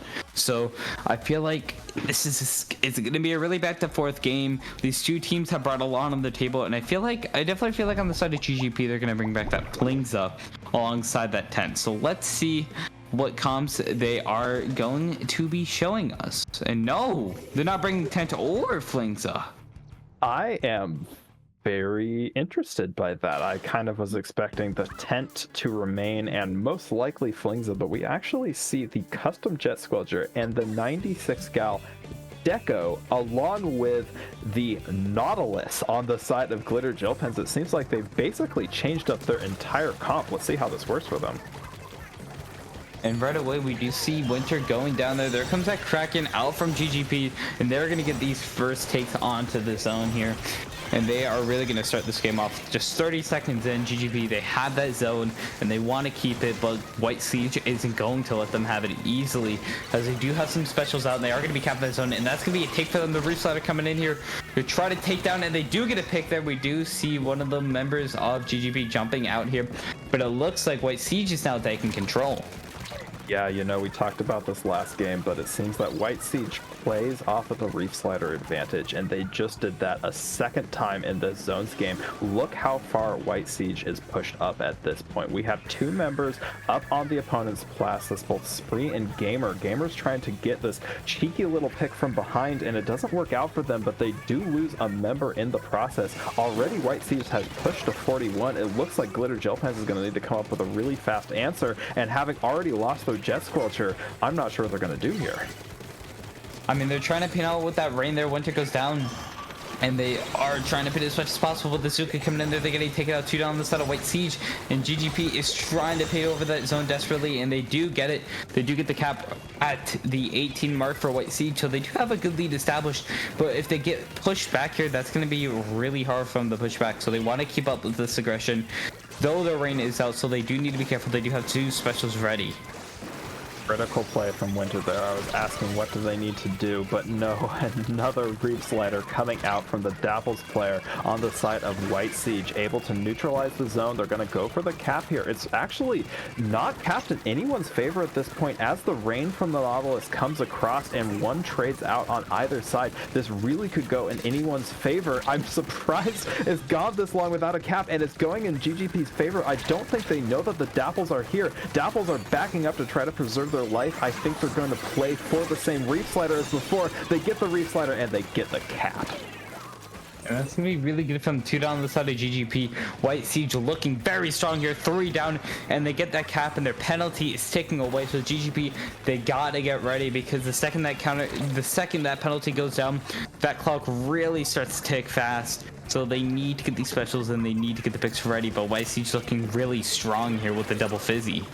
Absolutely. I'm a little surprised we don't see White Siege as far forward as they were on the previous push. Maybe they've said, okay, we have enough of a lead that we'd prefer to sort of turtle up and back up slightly already. The Kraken from Winter coming in again, that seems to be what's been opening the door for them on each of those pushes. But don't forget, they still have about a 30-point deficit to overcome, and that is notwithstanding the penalty. So they still have about 15 points of penalties and another 30 points here. And by this Jets... excellent shot coming out from Tesseract on the side of White Siege is going to make this very difficult for them. And now, again, this penalty is now ticking down even faster, so GGP needs to be even faster here if they want to push back. And now, as you said before, now they're right on that plet there. The hero shot getting taken out there. The Dapples being that such a great distraction for the Tri-Slasher to come in for the kill. And the Kraken's trying to take out that try now. And they're doing some moves over him, but no, they get taken out there.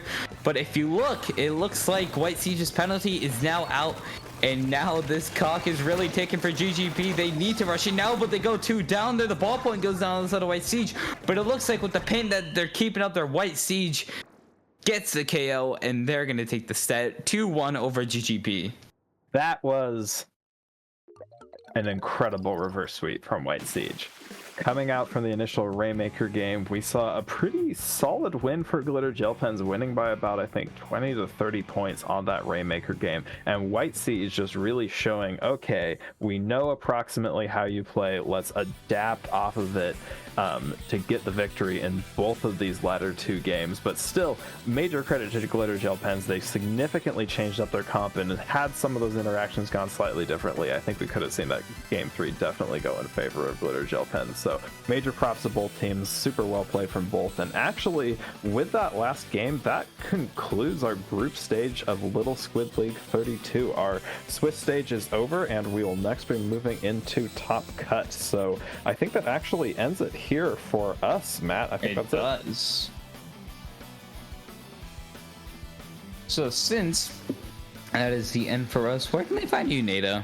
Yeah, you can find me on Twitter at NatoNXT. Don't use it frequently. Where can they find you, Matt? You can find me at Matthew Mega. I commentate a lot of tournaments, including low-level and mid-level tournaments. So you see me around all the time. And with that being said, that concludes the LSL 32 group stage. And we're going to be moving on to more commentators for Top Cut shortly.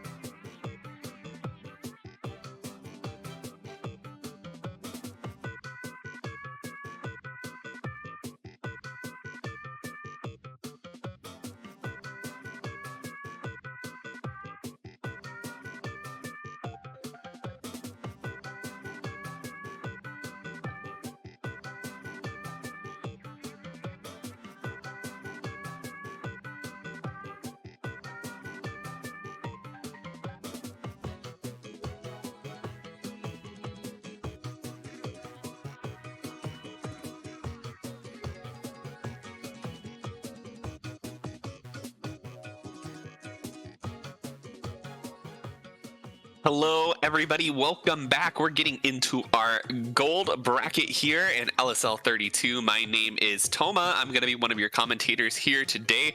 And I've got Topic here with me. Topic, how are you doing today? You know what? Doing pretty good today.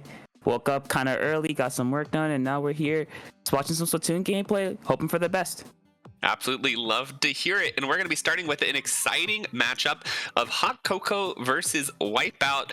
And fun fact, a little birdie tweeted in my ear right before we got started. Hot Cocoa versus Wipeout, actually a little bit of a rematch that we saw earlier today in Group F, round 3, where Hot Cocoa took the 3-0 win over Wipeout there. And we're going to be seeing, will Hot Cocoa be able to do that again? Only time will tell. But taking a look at what we're going to be going into here, Topic, we're going to be starting off our map list here on Clam Blitz Manta Maria. Tell me a little bit about this map, what you like to see here. What do you think the strategy is going to be? Okay, well, from experience, because this was a Splatoon 2 map, one of the best. Okay, one of the maps in Splatoon 2. The real big parts are the bunkers. If you have control of that, you can get their street really easily. If you have control of the plat on either side of mid, that kind of opens up a lot of possibilities to push possibility to push through street, since those are the main ways teams like to go play defense from. So especially on Clam Blitz here, because a lot of clams spawn over there, so I expect like a lot of fights happening around there, just trying to fight for position. The jump flank is one everyone has to worry about, because everyone knows someone can just sneak in with the brush, get a quick ball, and get more power clams in if they manage to jump it in. So I think what we're gonna see is teams sort of play aggressive at first to try to gain mid control, but if they don't, they want to retreat. They want to tactically retreat to the bunker or the jump to make sure no really big pushes can happen from there, and just try to hold them out as long as possible. You're absolutely right. This one is a little bit more difficult of a Clam Blitz map as far as scoring goes. I know I've seen quite a few stalemate games happen here on this map, because you kind of really have two approach options. You do have that cut that you mentioned, which can be really fast, but of course, a very dangerous place to go. If you have that giant glowing power clam shining on your back, you're a big target for the enemy to see, and if you lose the power clam there, it might be falling into the drink, and you may lose that thing for future pushes. And then you have the street, a lot longer, a bit of your safer approach option, but with all the high ground above it, you've got the bunker, you've got the ramps on either side of it. There's a lot of opportunity for players to be able to defend there, especially I'm looking at like AoE kind of weapons with control, like blasters, buckets, anything that can kind of go up and over those corners and pressure a lot of areas. Really, really strong on this sort of map, and can really be the key to getting into that street area. Of course, you've got great special coordination. You can always use a Kraken on this map to be able to get in, as you can on pretty much any sort of Clam Blitz map. You see teams love to use that kind of Kraken cheese, as well as you can see just specials like strikes are really good at clearing that area. I've even seen people running a little bit of orange zap for chumps occasionally into the street as well. Lots of fun options that these two teams have at their disposal. Yeah, I think I want to kind of reel it back a little bit when you said AoE weapons. I play buckets and blasters mainly, and on this map especially, I like you said, tri-strikes are really popular on this one, right? Yes, they are. Yeah, so that kind of leads into the vanilla slosher, which we've seen a lot recently, like top level, high level, everywhere, because it's just such a versatile weapon kit. It can do a lot. It's just seen as a very general sort of frontline weapon. But enough talking, let's get straight into the games, as we do see a rapid blaster deco, which is a very, very good weapon outside of Hot Cocoa. The torpedo to sniff out the ballpoint, the inkjet being inkjet, just really, really good. As you see, the chumps to get a very nice way into the street, very nice entryway, beacons to keep up that pressure. So let's see if Hot Cocoa's more midline comp can kind of suppress the firepower of Wipeout punks. It looks like it's actually going really well at first, with 3 down immediately. Oh, maybe 4. Oh, yeah, it does not get it, unfortunately.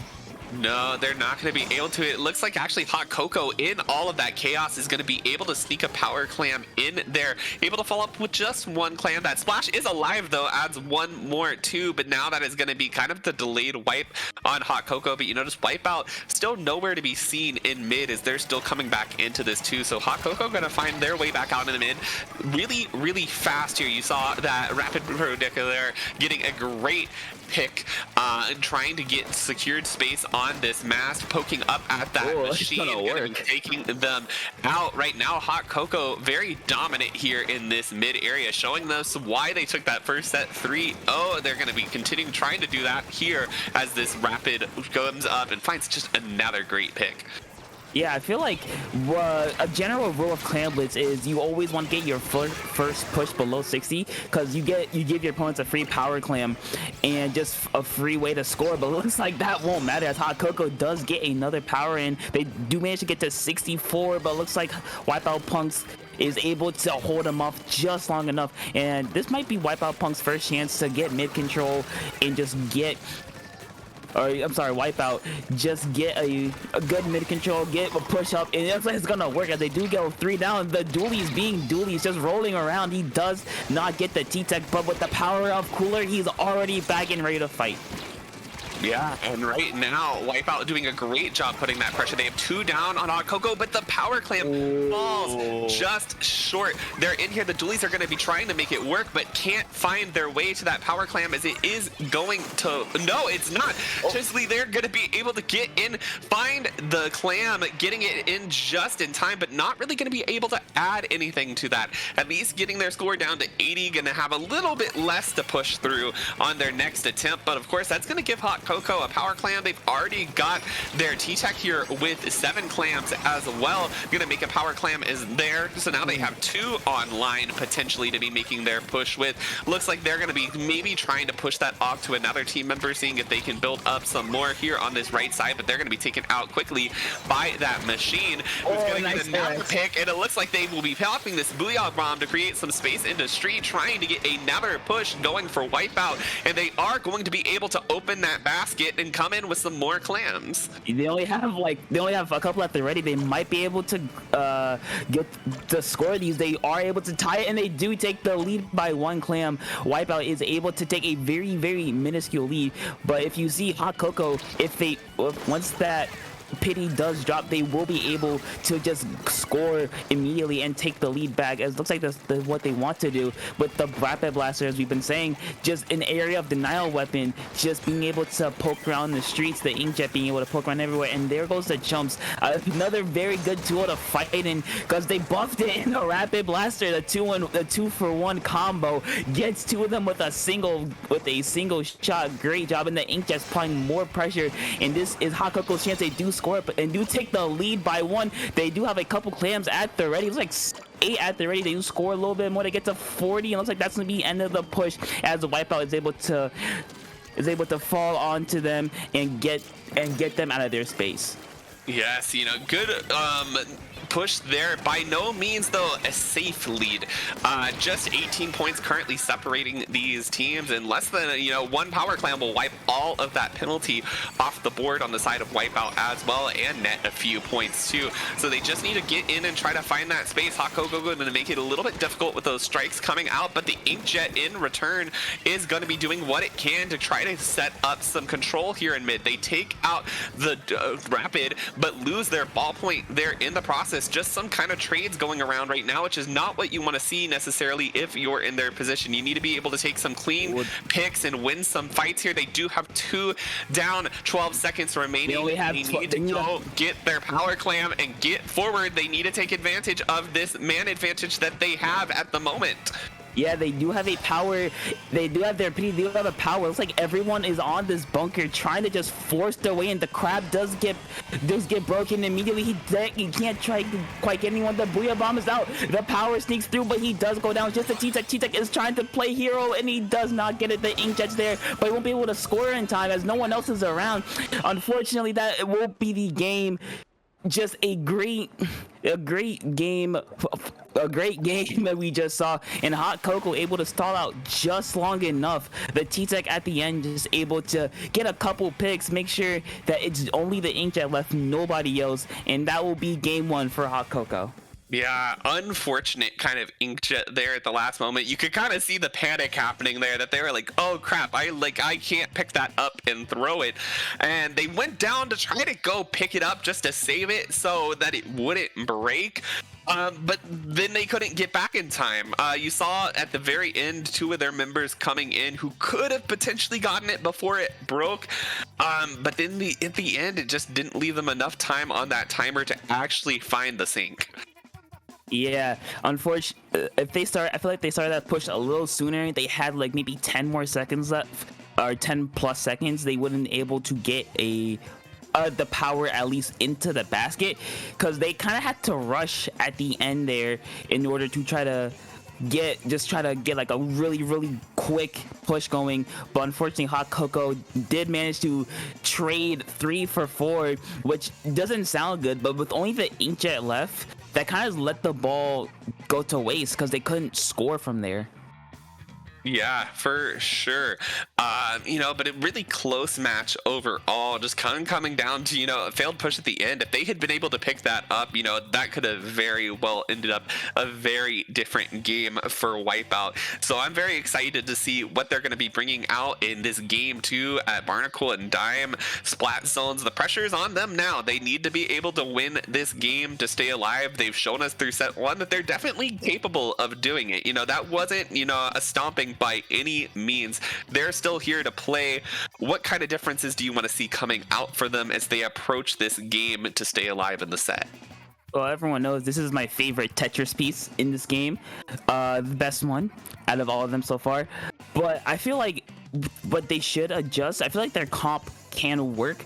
However, they need to play more around each other, because as you saw, the dualies did went in, cause a distraction, but they didn't allow enough time for their teammates to kind of back them up, and they did manage to just go 3 for 3 or just go down in a 3v4. So I feel like just cleaning up a little around the edges, that we'll be able to edge out this game. As we do see a charger on the side of Hot Cocoa, very scary on this map, but let's see how much the inkjet and the booyah bomb and the crab can kind of shut that down, because everyone knows if the charger sees you, you're probably gonna die. Yeah. Man, this has such open sight lines here. It is definitely, a little bit of a playground for those chargers.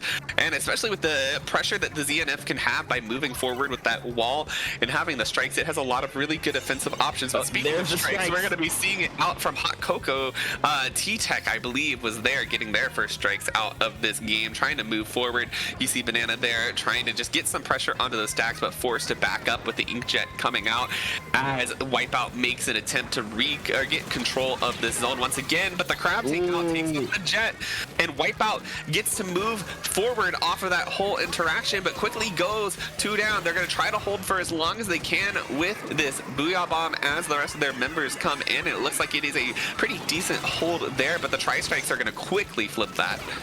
Yeah, that was a very intense minute, as we saw like 3 zone flips in that time. Just a very quick fights in mid, as Wipeout does manage to take the zone for now, but will they be able to get through their penalty? Looks like they are. Never mind, Hot Cocoa stops it just in time. The dualies do go down. Now Hot Cocoa needs to try to push up a little bit, try to get to their snipe, try to just take control of zone, because everyone knows, especially on zones, it's not about only the zone, it's about getting control around the area of zone, so the enemy has no way to get in, and the crab just got triple ink strikes. Very fun time for crab players, a very common sight, as Hot Cocoa is able to take a little bit more control. They do manage to go 2 down. Looks like this is their time to push up and get Wipeout just out of their face. Yeah, you want to try to really create that ideal lockout scenario, and this is a map that you can definitely do it on. Very heavy lockout map. You see the crab going in, you see the tri-strikes coming out in here too, into their base to try to delay them from coming back out, and they're still 2 down with just 16 counts remaining on this zone. Hot Cocoa is holding this space so well at the moment. They're making a desperate last push here on the stacks, but it isn't going to be fast enough. Hot Cocoa gonna be showing why they took took that set 3-0 in groups, and they are going to be getting the 2-0 knockout here in the first round of Gold Bracket LSL. Yeah, very, very solid from Hot Cocoa all around. They just kept Wipeout Punks in like a loop of kept them like staggered, have like one person go down, two people go down, and then that cycle repeated until they just took the win. So great job by Hot Cocoa, just getting their game plan. They achieved what they wanted to do, and now they'll be moving on to our top 16 Gold Bracket. Yeah, but they certainly will be, and we hope that you on stream will hold tight. We got some round 1 matches ready to finish up, and we'll be back shortly with round 2.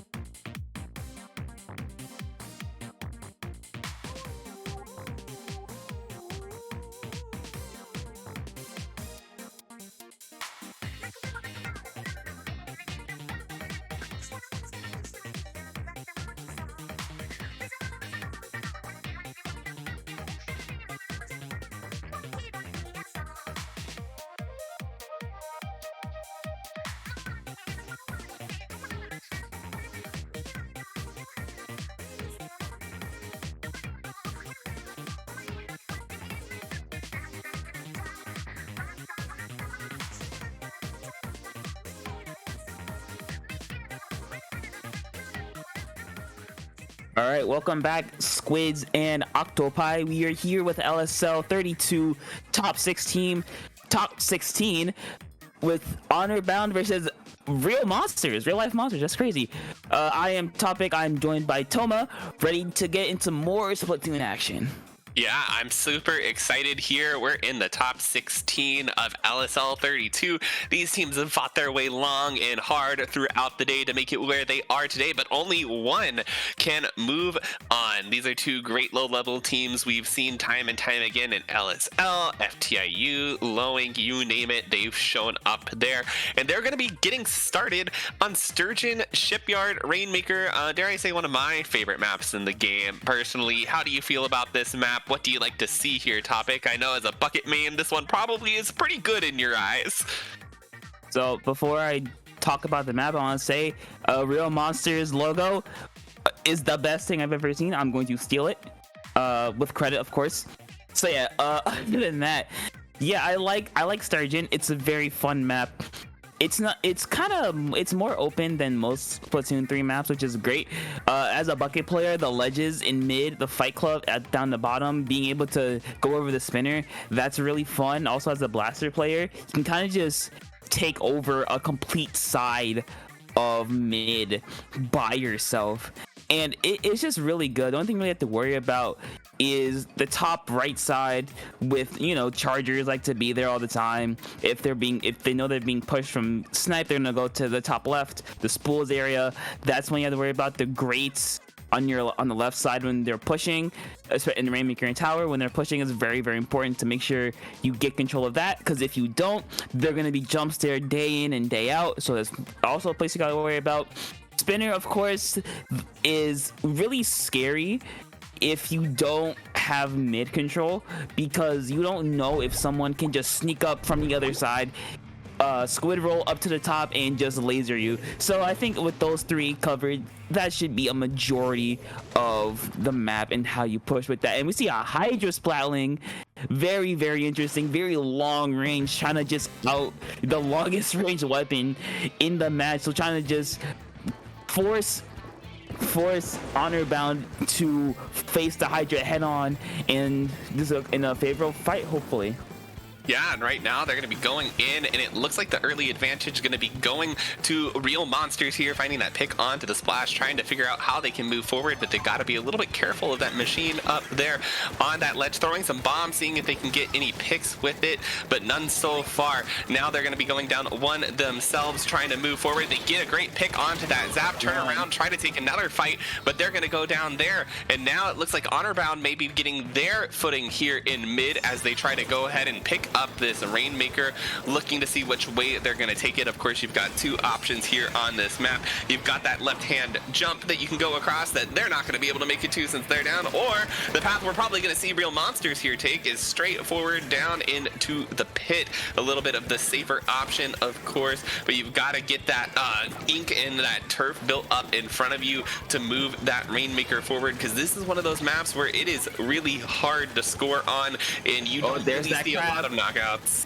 Yeah, there. I was talking about that top right side you saw on the grades. The crab just kind of denied the entire right side. The only person that can really challenge them is the Hydra. So that's a great job just recognizing where they're going. Look, they're going for the jump. They don't make it. Great job by Real Monsters to recognize it and shut it down. And I want to talk about one of my favorite subs in this game, Toxic Mist, because it just stalls for so long. You go so slow. It's a great way, especially with the comp that they have especially with Real Monsters comp, with the suction bomb, with the slosher being a slosher, with the bucket, and with the T-Tech, just bombs able to just scout. It's really like helpful, especially on Rainmaker and a map like as open as this, as we do see Honor Bound gets really close and they won't able to get it, as Real Monsters has their first chance to push, and the Zac on the top left side just trying to paint. It looks like it's gonna work, and they do get to the first checkpoint. And that's going to be huge, getting that first checkpoint there. It's going to allow them to set up in a good position. But, of course, Honor Bound going to be ready for that defense, not going to let them come back in and score even more. Definitely one of those really hard UC teams get here, and sometimes it's just a matter of who breaks that first checkpoint, too. If you're not able to move past it, Honor Bound now with about half the time left on the clock, nice looking to try to make a pick of their own, but they go 2 down. You got 1 down on the side of Real Monsters. Both teams really need to wait a little bit until they have some more control over mid and solid numbers advantages. Yeah, I feel like the biggest thing in this game is going to be how to use their cooler, because Real Monsters, they really only have 3 weapons that can use it. Hydra can use it, but since it has to play so far back, it's not going to be as effective as Honor Bounds, because they can just go cooler, all go in, they all go down. Guess what? We're back, and it looks like Honor Bound gets stopped again. The slosher being slosher, just sloshing over, and it's working for them. But Honor Bound does get the pop. Looks like they might be able to grab it. The end zap does go down. That's 2 down again. The Jet comes out and just trying to get Honor Bound out of here. It looks like this is gonna be another pick for Real Monsters. It is, and the T-Tech able to get one. And it looks like they try to sneak it. It didn't quite work, as Honor Bound again goes 2 down. So now this is Real Monsters' chance to try to push up a little bit and just hold mid, because if they can hold mid for just long enough, they can stall a lot of Rainmaker time. They sure can, and they don't have to worry about that Rainmaker checkpoint anymore. Once they get there, they can continue to push. But right now, it looks like it's going to be going down in the Fight Club. They're going 2 down on the side of Real Monsters. It looks like Honor Bound trying to make a push there up against the Hydra, not able to quite find the pick yet. And that Rainmaker is in a little bit of an awkward position for them. It looks like they may be choosing to let it reset instead of picking it up, which is definitely a good call on their behalf. Oh, nice. Getting a great pick there. They choose to pick up. It looks like they're going to be going here on this left-hand side, but they get picked right as they go across the jump. Yeah, they do manage to get it on the grades, but that's a really bad spot, because the Hydra can just kind of sit there. And what is Honor Bound gonna do? They're gonna need a crab or strikes to move that Hydra, because the Hydra can just sit there for the next 20 seconds and hold. So this is a very precarious spot for Honor Bound, as they need some way to get in. Looks like the Hydra's gonna pop a Booyah Bomb, try to spread him out a little bit. The slosher machine does have a Booyah Bomb at the ready. Looks like Honor Bound's gonna get the pop here. If the Hydra has nothing to say about it, they looks like they will change it for a little bit. 3 to need a pop it. The machine gets 1, but they don't get the pop, and that is gonna be Real Monsters taking game 1. Yes, it definitely is going to be, and that's going to set them up here. This is a best of 3, so right now they need to just take 1 more game to be able to win here, and they're going to be looking to take that win. Let's see here on the next map we've got Clam Blitz Museum, and I want to talk about that for just a little bit here, talk about what we saw out of these team comps too, because while Museum typically a leader map, I think Hydra does a really good job here too. And I think that one of the things we kind of saw on the side of Honor Bound that they were struggling with is that they really couldn't get into a good place to displace that Hydra. We saw multiple times people trying to get across the grates, trying to get a bomb, trying to get something underneath that Hydra's feet, but without the paint pressure forward, they weren't able to just quite get behind it enough, and they were continuously getting picked there while trying to assault the backline. And on such a range favored map, you're gonna have to be really careful about getting that range weapon out of place. Yeah, Hydra is like very, very scary, especially if you give it time to charge and just has line of sight on you. But with Museum being a much more open map, the sight lines are really, really strong here. But I feel like if they can get one on that left side flank and try to get one under their plat, that could be a really good distraction. Get the Hydra shooting at them while they get someone from mid. But like you said, they didn't have enough paint forward because they had to deal with the 3 other teammates, because it's not a 1v4, so they had to deal with the 3 others, which they did a really good job of just supporting, which really what they had to do, because they knew that the Hydra was kind of their win condition, and if they let the Hydra just cook, let them stay where they were, it could be really hard for Honor Bound to go anywhere. Yeah, it definitely can be. But of course, you know, there's lots of ledges, lots of things that you can play around here on Clam Blitz that you can really use to be able to pester those backlines, be able to get your pushes in. And they're definitely going to be looking to use those to their advantage. So Honor Bound definitely not out of this fight quite yet. And kind of like what we saw there, I said, Rainmaker, you know, this is going to be a low scoring game. It's going to, you know, potentially come down just to whoever gets the checkpoint first. That's exactly what it came down to there.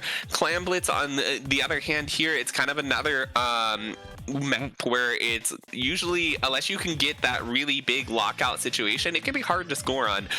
You've got the very quick jump across the block to the basket if it's unguarded where you can get in, but otherwise you've got to work your way through their entire plat and spinner area, and that takes a while. It's pretty projected. It's easy to kind of predict where your movements are gonna be. So I'm excited to see it, and we do see a bamboo. That's pretty cool, and we see a Squiffer as well. I'm really interested to see how this match is gonna play out with those 2 weapons on the field now. Yeah, I feel like with the Squiffer, they're gonna have to play much more aggressive with the bubble. Getting a bubble on the plat, the Squiffer and the Hydra is very, very scary. I should know, I've dealt with it 1 or 2 times, but the bamboo, I feel like the bamboo and the splash have to play a lot around each other, because, you know, bamboo 85 damage plus the splash, burst bomb can kind of do a lot of damage, as there is already 2 down on real monsters. To see the weapon change does work, as there's looks like one's gonna push up, one's cornered right here, the T-Tech, and another is trying to push the Hydra. Looks like they can't quite get to it in time, as there's the Squiffer and one other is already back there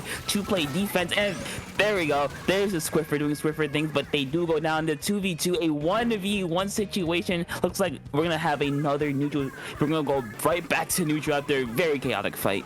Yeah, you know, one of those games where Clam Blitz, I say this all the time, is kind of one of those games where it's a team deathmatch for a while until you can find those clams and the picks that you need to move forward. Right now, Real Monster is trying to find that here. They have quite a bit of clams in their favor, but they have to get those picks to move forward. They've got 1 down on the bamboo, but that's not going to be enough to get a clam, and you got to get a few more down. 2 down, now might be their opportunity. They got to wait these strikes out as they move forward.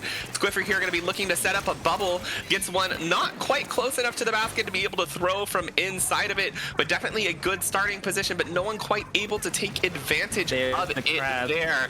And now you got just these specials coming out, going to be forcing Real Monsters back. Yeah, we see the Hydra just menacingly in mid, but they do go down.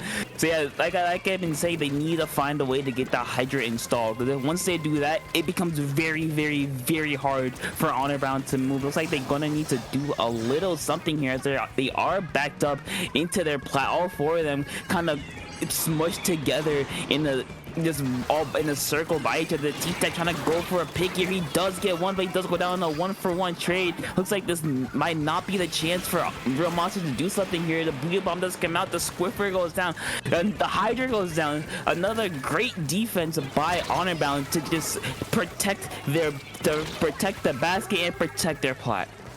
Yeah, and this is really turning into kind of one of those stalemate games that I see you said sometimes happens here, because it's just really hard to get all the way through that plat. We're now less than halfway on the clock, and we have no score on the board yet. It could very much so come down to, you know, 1 push being the difference. These teams need to play it very carefully, even if it means playing a little bit slower to get back out. The Squiffer, or sorry, not the Squiffer, the bamboo there, finding a great pick, trying to put some more pressure out. It's got this whale, and the strikes coming out to try to displace Real Monsters. If it's held there by the T-Tech, who comes from around it, I believe they get a full wipe there. Yeah, it wasn't quite a full wipe. It was kind of a delayed wipe, but great job. I don't think they intended for that to happen, but the Squiffer just kind of baited like 3 of them towards them as the T-Tech came up and just cleaned up everything that was necessary. As right now, Honor Bound, one of them has to jump out, and we see the Hydra's trying to. We see the Hydra a bit more uncomfortable in the situation with the bamboo, just being bamboo, with the whale, with the strikes, with the crab. Honorbound is doing a great job of not letting that Hydra stay in one place for too long, because they've seen that from that last game. If that happens, there's not really a lot you can do with that.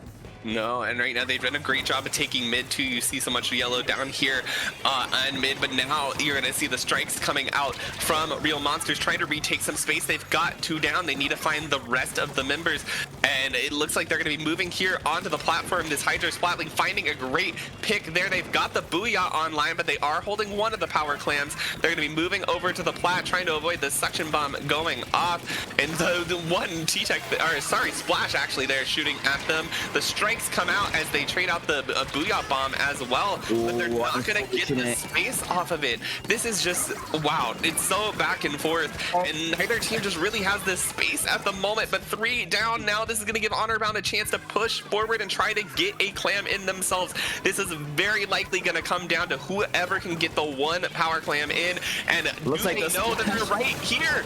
Do they know? They knew, but they do get the power with 20 seconds left. Looks like they won't be able to get any more. So all it takes for Real Monsters to get a win is a power +1. So this is gonna be a tense like minute or so into overtime, as Real Monsters has to get a pick or 2 there. It has to get a pick or 2 on the field before they can really push up. But as you saw, the Hydra pushing up did work for a little bit. However, they did go 3 down because of the bomb off of the bubbler, which was unfortunate. As the Tri-Strikes do come out, the T-Tech goes down, the Booyah bomb is out. They're all together. The bubble is gone, but both clams go down at the same time. The Splash tries to say that he saves it. It's no one else. It's just the Zap, but he does go down, unfortunately for Real Monsters, as Honorbound takes the win by 1 point.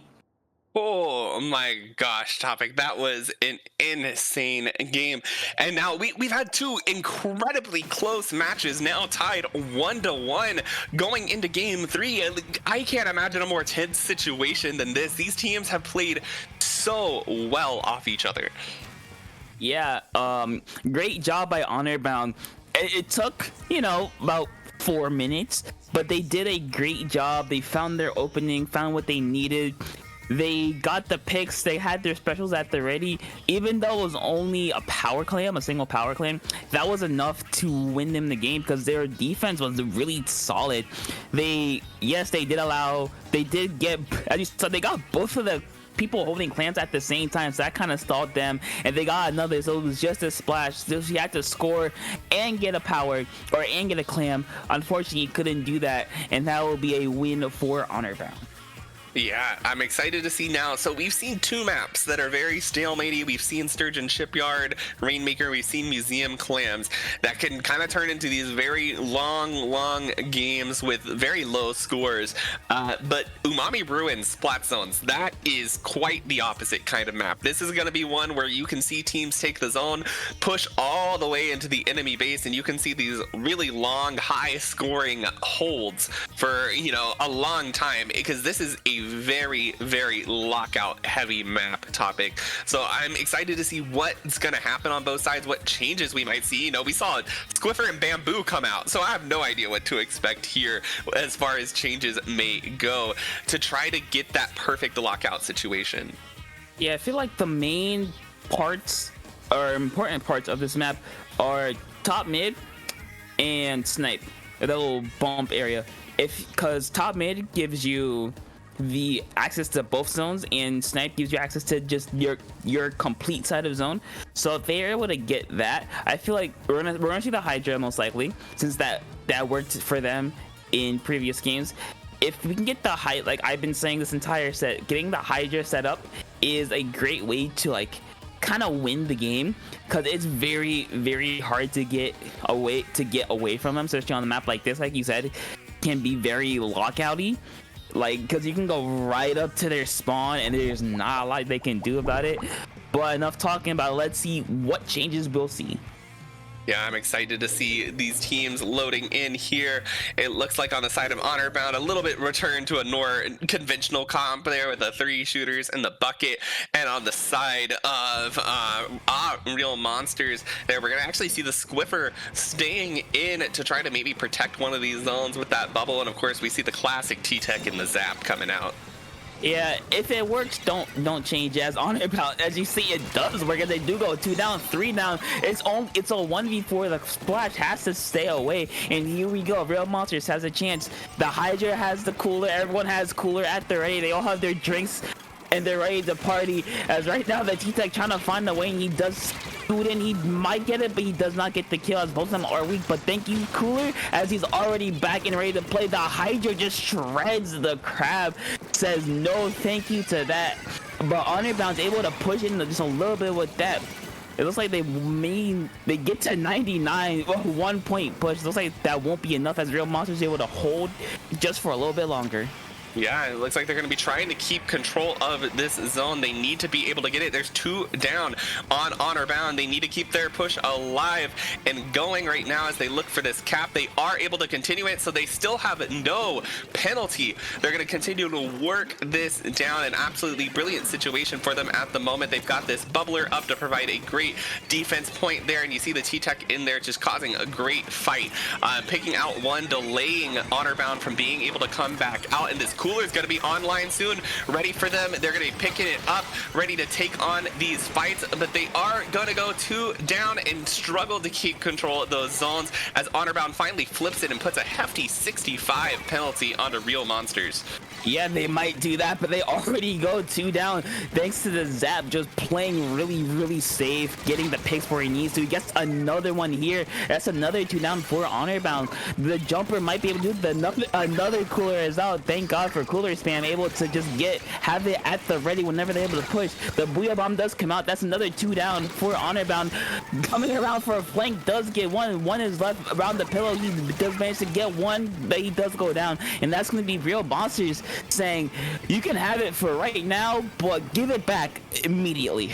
Yeah, I love to see that kind of play too. Falco there did exactly what you need to do in that situation. When you take one zone, you swim through that, you swim around to the other zone, and you pincer the enemy with your teammates that are fighting on that zone. That's exactly what they needed to do.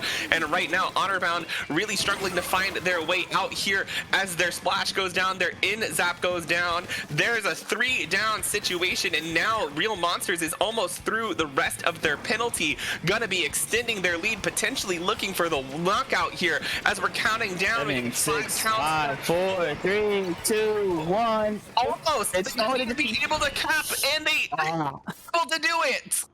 The T-Tech, with his last hopes, tries to cap the zone. It's not gonna work, and Real Monsters is gonna take game 3 in the set in a kind of dominant fashion. They lost zone for a little bit, but they took it back. It only took 2 pushes to get the knockout. So great job by Real Monsters.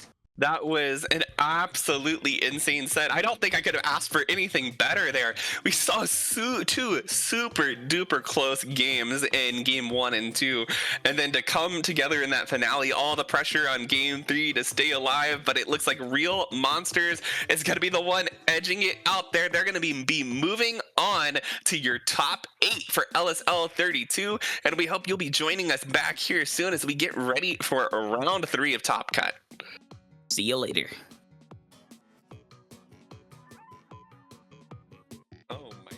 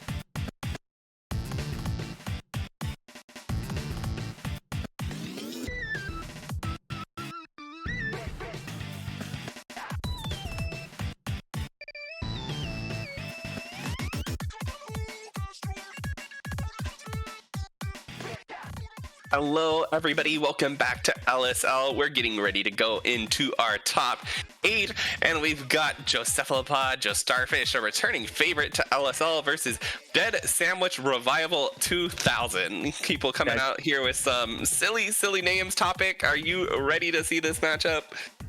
Dead Sandwich Revival sounds like a machine from Phineas and Ferb. It just had innated to it. It sounds perfect. But yeah, I'm excited to see what these two teams bring to the table. So what is our first game of round 3? So looking at our maps, we are going to see that the first game is going to be on TC Manta Maria, a big old classic game there. I love this stage a whole lot. You've got really great opportunities to use the maps if you can get, a BP, or what we're going to see probably more than likely is a leader out of the side of Jocephalopod, just Starfish, with their one. I don't know if Saf is actually one-tricking it anymore, but has in the past been a one-trick leader.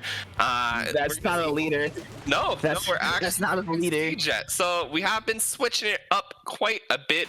Usually they're on leader there. We've seen them time and time again in LSL. They've been 2-time second place winners of LSL, hoping this time to make it first place, but they've got to get through Dead Sandwich Revival 2000 to make that happen right now, as they're going to be opening up to mid. We already see a crab tank out, I believe was that, going on the side of Dead Sandwich, trying to find some picks, but not able to quite do so yet, as these teams are just fighting for some control here in mid. Oh, nice slosh by the bucket, getting one. Looks like I'm just call it Joe Star. Joe Star does manage to take tower for a little bit. They will take it to the first checkpoint, which is not the hardest checkpoint to get. I think the second checkpoint is definitely the one you want to get, because that kind of allows you to go up to the elbow, go up to that left side, and just kind of stop any flanks from there. It looks like they will break through that first checkpoint, but the knock goes down. That is a 1-for-1 for both teams. But Joe Star does go down 2 more. It looks like Dead Sandwich is able to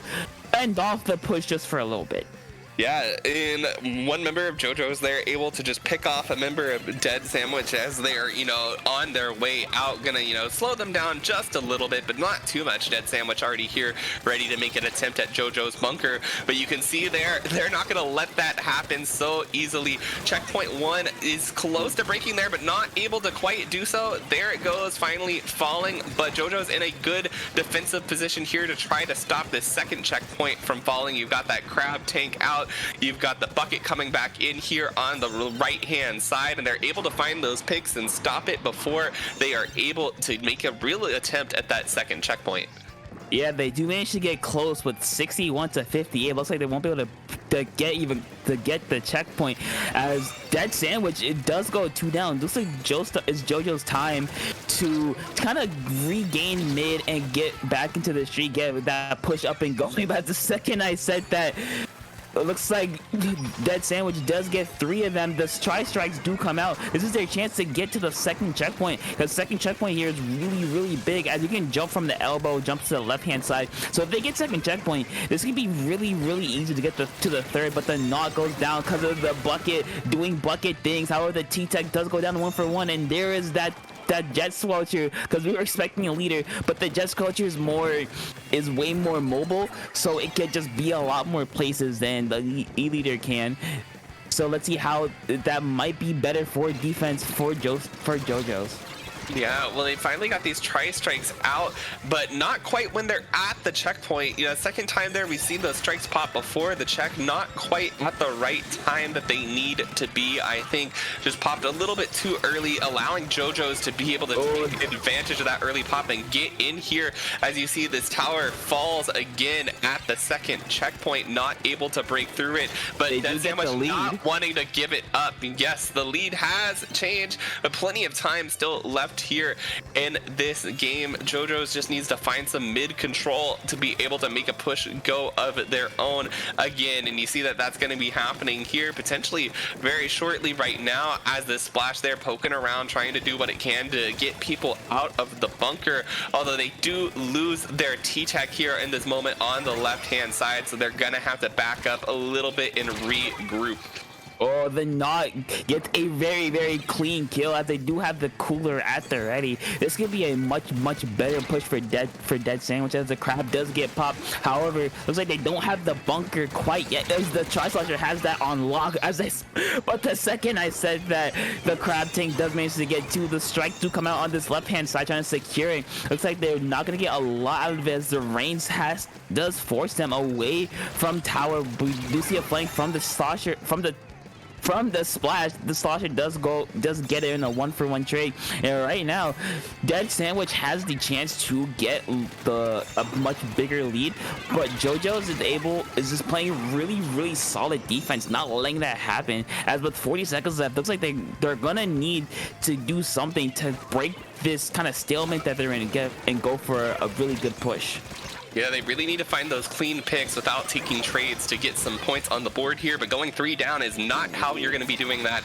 Dead Sandwich going to be doing a great job here, still keeping this pressure up. Finding a pick on that splash as it backs up is going to be huge, taking the crab tank out of the equation for JoJo's defense and re-entry. 13 seconds left on the clock, ticking down. The Tri-Strikes come out there. The Tri-Slosher here in the bunker trying to make something work, but they need to get control of that tower. Right now it's in a very scary position with members of Dead Sandwich all around it, and they're going to be able to pick them off. The overtime timer. 1v1. It's a 1v1. They're going to be able to keep this going. There's a lot of pressure here. You have all these jumps on the tower. There's 2 down on the side of Dead Sandwich as they're fighting for their lives here in overtime. They are going to be able to do it. JoJo's taking it back from the brink there. Yeah, they were on the brink of losing, but JoJo snatches victory away. Because as you saw that last 1v1, it was the splash and the end zap that kind of decided how the game went. And luckily for JoJo, they did manage to win that 1v1. And as you saw, it was just jump after jump. They had the reinforcements, the cavalry at the ready, and they do manage to break. They do manage to break the stalemate and take game number 1. Oh my goodness, that was intense topic. I was on the edge of my seat for that entire overtime push. It looked, and it looked like at any moment that it could have potentially gone the other way, but JoJo's, perseverance able to just stick it out there, take that game. We're going in now, game 2 on Humpback Pump Track. Rainmaker, a returning stage from Splatoon 2 alongside Manta Maria. I'm excited to see what they're going to be bringing out here. This is one of those maps that I really love to watch being played. Well, I like playing it because I play Bucket. And if you ever played on this map before in ranked or in a scrim or in a tournament, buckets are very annoying on this map, and they're very fun because you get a lot of cheeky kills. They sure are. This is one of the. I'm typically the backliner for my team, and the backline on this map can be a little bit of a struggle. So sometimes I'm like, what if I just worked in a little bit of Tri-Slosher? It's a little fun. I still get my Inkjet. I'm used to Inkjet with ballpoint, so now I just get to run in and get silly little kills all the time that I may not be able to get away with if I was on BP. Yeah, I feel like this is gonna be really weird for me to say, but I feel like Explo kind of works with this map really well. It's a backline weapon, has that really good AoE, can shoot around the curves of this map very well. But it looks like that won't really matter because let's see what these teams do, and it looks like nothing's gonna change. They know they say it's gonna work for them, so why change it if it's not broken? Yeah, that's what they're going to be doing, and at this point in the tournament, you definitely don't want to change things up if you're not needing to, stick with what you're comfortable with. It's gotten you to the top 8, so why mess up something potentially by introducing something new? Right now, they're going to be fighting around mid. Dead Sandwich does pick up the Rainmaker early, but goes down. Going to give JoJo's the man advantage in mid, taking out another one with the pop. Going to be pushing hard on this right-hand side. Going to be breaking this first checkpoint early on, and they've got some strikes as well. Not going to pop them quite yet since they see people here on their flank. Going to actually pick them off. A great pick there, but they are going to have to force back with this crap, with the splat bombs landing all around them. They need to get back to safety so that they don't lose their lives. Yeah, that T-Tech kind of just stayed alive through everything. I just want to say good kudos to them. Just just ducking and diving, just getting kill after kill. They do get another kill on that Slosh Deuce. The flank though comes out, but the T-Tech shuts it down again. So it looks like Dead Sandwich won't be able to do much, but the Nautilus does get it. Because Nautilus will be very, very important in this matchup, because Nautilus kind of beats 3 of their weapons in a straight 1v1. So their Naut can just play around using their range to their advantage. This could be a very hard matchup for JoJo's. Yeah, this is a great situation for Dead Sandwich right now. They had that man advantage. They're going to be pushing it forward through these strikes, but the bucket going to be picking them off, going to slow that down, but they still have the advantage. No, they're going to be running it towards the pedestal. Are they going to be able to be taken out? They take it all to 1. JoJo is now looking, if they want victory, they're going to have to take it all the way, as you see Dead Sandwich make another attempt there, and they're still here. They're still here topping. They're going to get another pop. They're going to try to run it up, but that's the full wipe finally, and JoJo's has a long road ahead of them. They need to get the knockout to take this game. Yeah, Dead Sandwich kind of just said, they're not going to stop us. Why should we stop ourselves? As they tried 3 separate times. Every time they tried, they were still there. And unfortunately for them, they do get to 1, which is a very, very good push, very safe push, because JoJo's has to knock it out to get out to take this win. Looks like Dead Sandwich is going to start pushing again. They do have paint advantage. They do manage to get the T-Tech with the Rainmaker. That's 2 down on the side of JoJo's as the Rainmaker's going again, but with Cooler, he does get one with the Rainmaker. They're still trying to go, still just staying alive as long as possible, trying to stall it. The strikes do come out. This might be it. No, it is not. Just standing in the corner, it's working for them. They do skirt around the edge, just going forward. They don't manage to get any more points because they can't really get any more points, but they do manage to put it in a much, much worse position for JoJo's. Yeah, and you know, those are the kinds of plays you need to see out of Dead Sandwich. You're not necessarily even looking for them to knock out at this point, but anytime they can spend holding the Rainmaker, that they're making a push, just getting further into JoJo's territory, that's going to be more space that JoJo's has to work through. And anytime that Dead Sandwich is pushing is going to be times that JoJo's can't be pushing. And if you're burning time off the clock with a lead like this is exactly what you need to do. But right now, JoJo's has possession of that Rainmaker. They're going to be going around this corner right now, looking for that knockout to happen, getting a lot of pressure there. They've got all their members in front of them, the rain coming out, but they've got to wait out these strikes, and they go 2 down in the process. They're going to see somebody here on their left-hand flank going to fire over there, but they've got to watch in front of them too, Topic. It's really easy to get pincered in this scenario, especially when you've got rain and a crab tank coming at you, and all of Dead Sandwich is going to be there to collapse in on that Rainmaker. Yeah, they just couldn't stall out long enough. Like you said, the rain, the crab, the missiles, or not the missiles, the strikes, that kind of just overwhelmed them. And now with only 50 seconds left, JoJo's has to get this Rainmaker.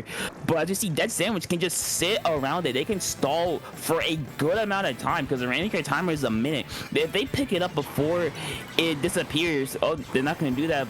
But they can just stall for the next 30 seconds, and that's going to be the game for them. As JoJo's has to get a couple really solid picks. They don't need trades, they need just solid picks in order to get anything going. Yeah, and they're going to be trying to do that here. You've got JoJo's creating some good pressure to try to get this going. They've got the strikes out, but don't have control of the Rainmaker just yet. The Tri-Slosh going to go in, trying to find a pick, but goes down without taking a trade. But now you've got 2 down. The Jet Sculpture taking advantage of this situation, going to have to wait out the strikes. Once again, going to be kind of what stalls out JoJo. They have one more opportunity to be able to make this. They're gonna go down. Dead Sandwich going to take this set tied up 1-1 now. Yeah, the Nautilus did save it at the end, but overall, Dead Sandwich just they used their cooler at the right time and they got a lot out of it. By that I mean, when they used their cooler, they did go 4 down, yes. But with the cooler in effect, they just kept jumping in over and over again, and that's how they got that push to 1. And they kept it there just for a little bit longer by having people pop it and go for it, pop it and go for it. And that all ultimately ends up working out in their favor as they will take game 2. Yep. Then now we're going to be going into a very, very tense game 3. We've seen both of these teams fight it out here, and we've seen such great performances from both of them, but only one of them can move on to semifinals, and it's all going to come down to Mako Mart, Clam Blitz. And, I feel like I keep saying this topic, but I feel like we keep running into bucket maps. Bucket map after bucket map, and Mako Mart is no different. It's so great to be able to use those buckets there on the 2 stacks on each side and create a lot of pressure on them, and you're gonna need to keep up that pressure on Clam Blitz to be able to get those scores in. It's gonna be really vital to see if you can get any people around and into some advantageous positions. Yeah, getting control of the stacks, especially the enemy stack, is very big, because if you do that, you basically get their freezer for free. You can get an easy way into their spawn, but getting control of the block to get to snipe, to getting their snipe, if you can do that, that kind of creates a really weird situation for the team getting pushed, because you can't really go anywhere because they have snipe, they have the way to your court through that stack, so it kind of becomes what we have to just stay back and paint for specials. But I think both of these teams know that for a fact, so they're going to try to play around the stacks, trying to not let the other team push into that, because they know if that tower falls, then the rest of the kingdom's coming down. Yeah, definitely, and we're gonna see how it plays out here. I'm really excited to be getting into this match. Like we said, a lot on the line, and these are 2 big contenders. Obviously, Dead Sandwich has shown throughout this tournament that they deserve to be here, putting up such a fight against JoJo's, who's been a favorite here today to be able to take it all after winning or getting second place twice. They may be ending JoJo's hopes there, not giving them another chance to even be able to take first. And we're actually going to see Safira switch off to a charger, kind of that signature weapon, not quite the E-liter, but still same class as we normally see them in, as we get out into mid here, and maybe that change is going to be what they need. Yeah, you say that again, because the snipe immediately worked out as they managed to get the bucket in the first 5 seconds, and the sniper pressure is already working as Dead Sandwich has to be pushed back all the way to the spawn, and in the first 30 seconds they do manage to break the basket and get the score down to 50 to 65. That's a great way to open the game, and right now Dead Sandwich has to try to wait to just cool off there, just kind of calm down a little bit and just play defense as the bucket does get to, as JoJo's gets their score down all the way to 56. That's a great way to start the game and set the tempo. Absolutely a huge opening there from JoJo's, but now Dead Sandwich has their opportunity to answer to that. They're going to be building up their clam economy going in here, but they've already lost one of their members. They're going to be bringing out the tri-strikes, trying to carve a way forward with their 3 players that are left up. They do break in there. They're able to get the basket open, but you see this defense from JoJo's. You've got that,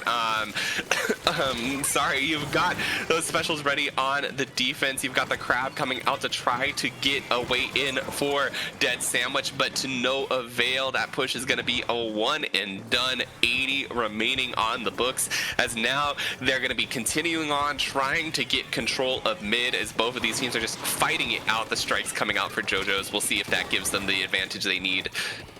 Yeah, I feel like the presence of a charger kind of makes Dead Sandwich question their movement a little bit, because they know if they get picked, that kind of snaps their pushing power in half, because the charger can just take anybody that they want, but the tri-strikes and the crab is at the ready for Dead Sandwich, as they do pop the strikes and the crab trying to get a way through. That's 2 down for JoJo's, as a charger and one other is just stuck back here trying to just play some defense, but they do have but Dead Sandwich has the ball at the ready. They do manage to pop the cooler, and it looks like it's gonna be looks like the charger and his teammates is able to kind of push them back just a little bit, as Dead Sandwich does go 2 down. It looks like that's be the end of their pushing hopes. Yeah, and now you're going to finally get JoJo's back up in a more advantageous position here. Definitely was a little bit of a scary moment for them, but they are going to lose their ability to use that charger there. They're going to be taken out by the Crab Tank prematurely here. One member of Dead Sandwich with 7 clams, really close to a power here, going to be trying to stay alive. You see one of their team members throw it. They're going to be going here on the right side, but they're spotted out by the Tri-Slosher. A great stop there on the side of JoJo's. Now this Tri-Slosh, though, doesn't see the person. Oh no, never mind. They got in and got out. I saw that power clam get picked up, and I thought for sure they were going to make a charge towards the basket, but they choose to jump out and regroup, hopefully hoping for a better push. Now that they've gotten 2 down on JoJo's, they're going to be hoping to get both of those. Oh, they got That's the sniper. definitely going to be a possibility here with just the splash up. We're going to be rushing forward fast for Dead Sandwiches. Yeah, the strikes turned out. It was a good job to save that power climb, as they do manage to break the basket and get a good lead down to 44, but they do go 2 down. It looks like JoJo's goes 2 down again. There's only the splash left for Dead Sandwich, but he gets caught out and doesn't get the jump out. And now JoJo is on their back foot. They need to find a way in. They have less than 90 seconds left in this game. In game 3, it looks like they are gonna try to do something here. The Tri-Slosher is just, as you see, taking control of the stack, just throwing busy, trying to be as annoying as possible, trying to draw as much pressure to them. But the charger goes down again. The crab comes out. Looks like Dead Sandwich's defense is going to work. The crab gets shredded, and the Tri-Slosher is just sitting here waiting, trying to get a pick, but he does go down to the Crab Tank. Yeah, they do here. Now it's going to be an opportunity for Dead Sandwich to get back in. They've got this cooler online. They've got some clams building up really fast here in the hands of this Nzap players. They're going to be moving forward. They just need to find one more. They've got a power clam online, and I believe this could be a huge amount of clams to get their score down. They're going to be getting it down now into the teens. Going to be seeing if they can add a few more down to that, dropping it down to the 2 more. Get it in. Dead Sandwich just manages through all the charger, the strikes is just getting shot at. They manage to sneak it in, and they will take the set and be moving on to the final 4 of Gold Bracket. Great job to Dead Sandwich. Absolutely great job there. I'm just, wow, what an absolutely amazing set to end that on here for us. They're going to be moving on to your semifinals, but before we move on to semifinals, that's going to be it for us here on the mic topic. So tell me, where can the good people find you? You can find me over on Twitter. I'm Toxic though. You can find me on Discord. It's just my name. Follow my team on Twitter too, Shark Reef, for pretty cool. And yeah, Toma, where can I find you? Yeah, you can find me at twitch.tv/ttoma_ or on Twitter at crestofgautier. And of course, you can find me fighting with my team, Sheer Cold, in a lot of these tournaments as well. But thank you, everybody, for tuning in with us. We hope that you'll be joining us soon for semifinals. We got some 2 new great commentators coming on the mic, so hang on tight, and we've got a show to perform for you.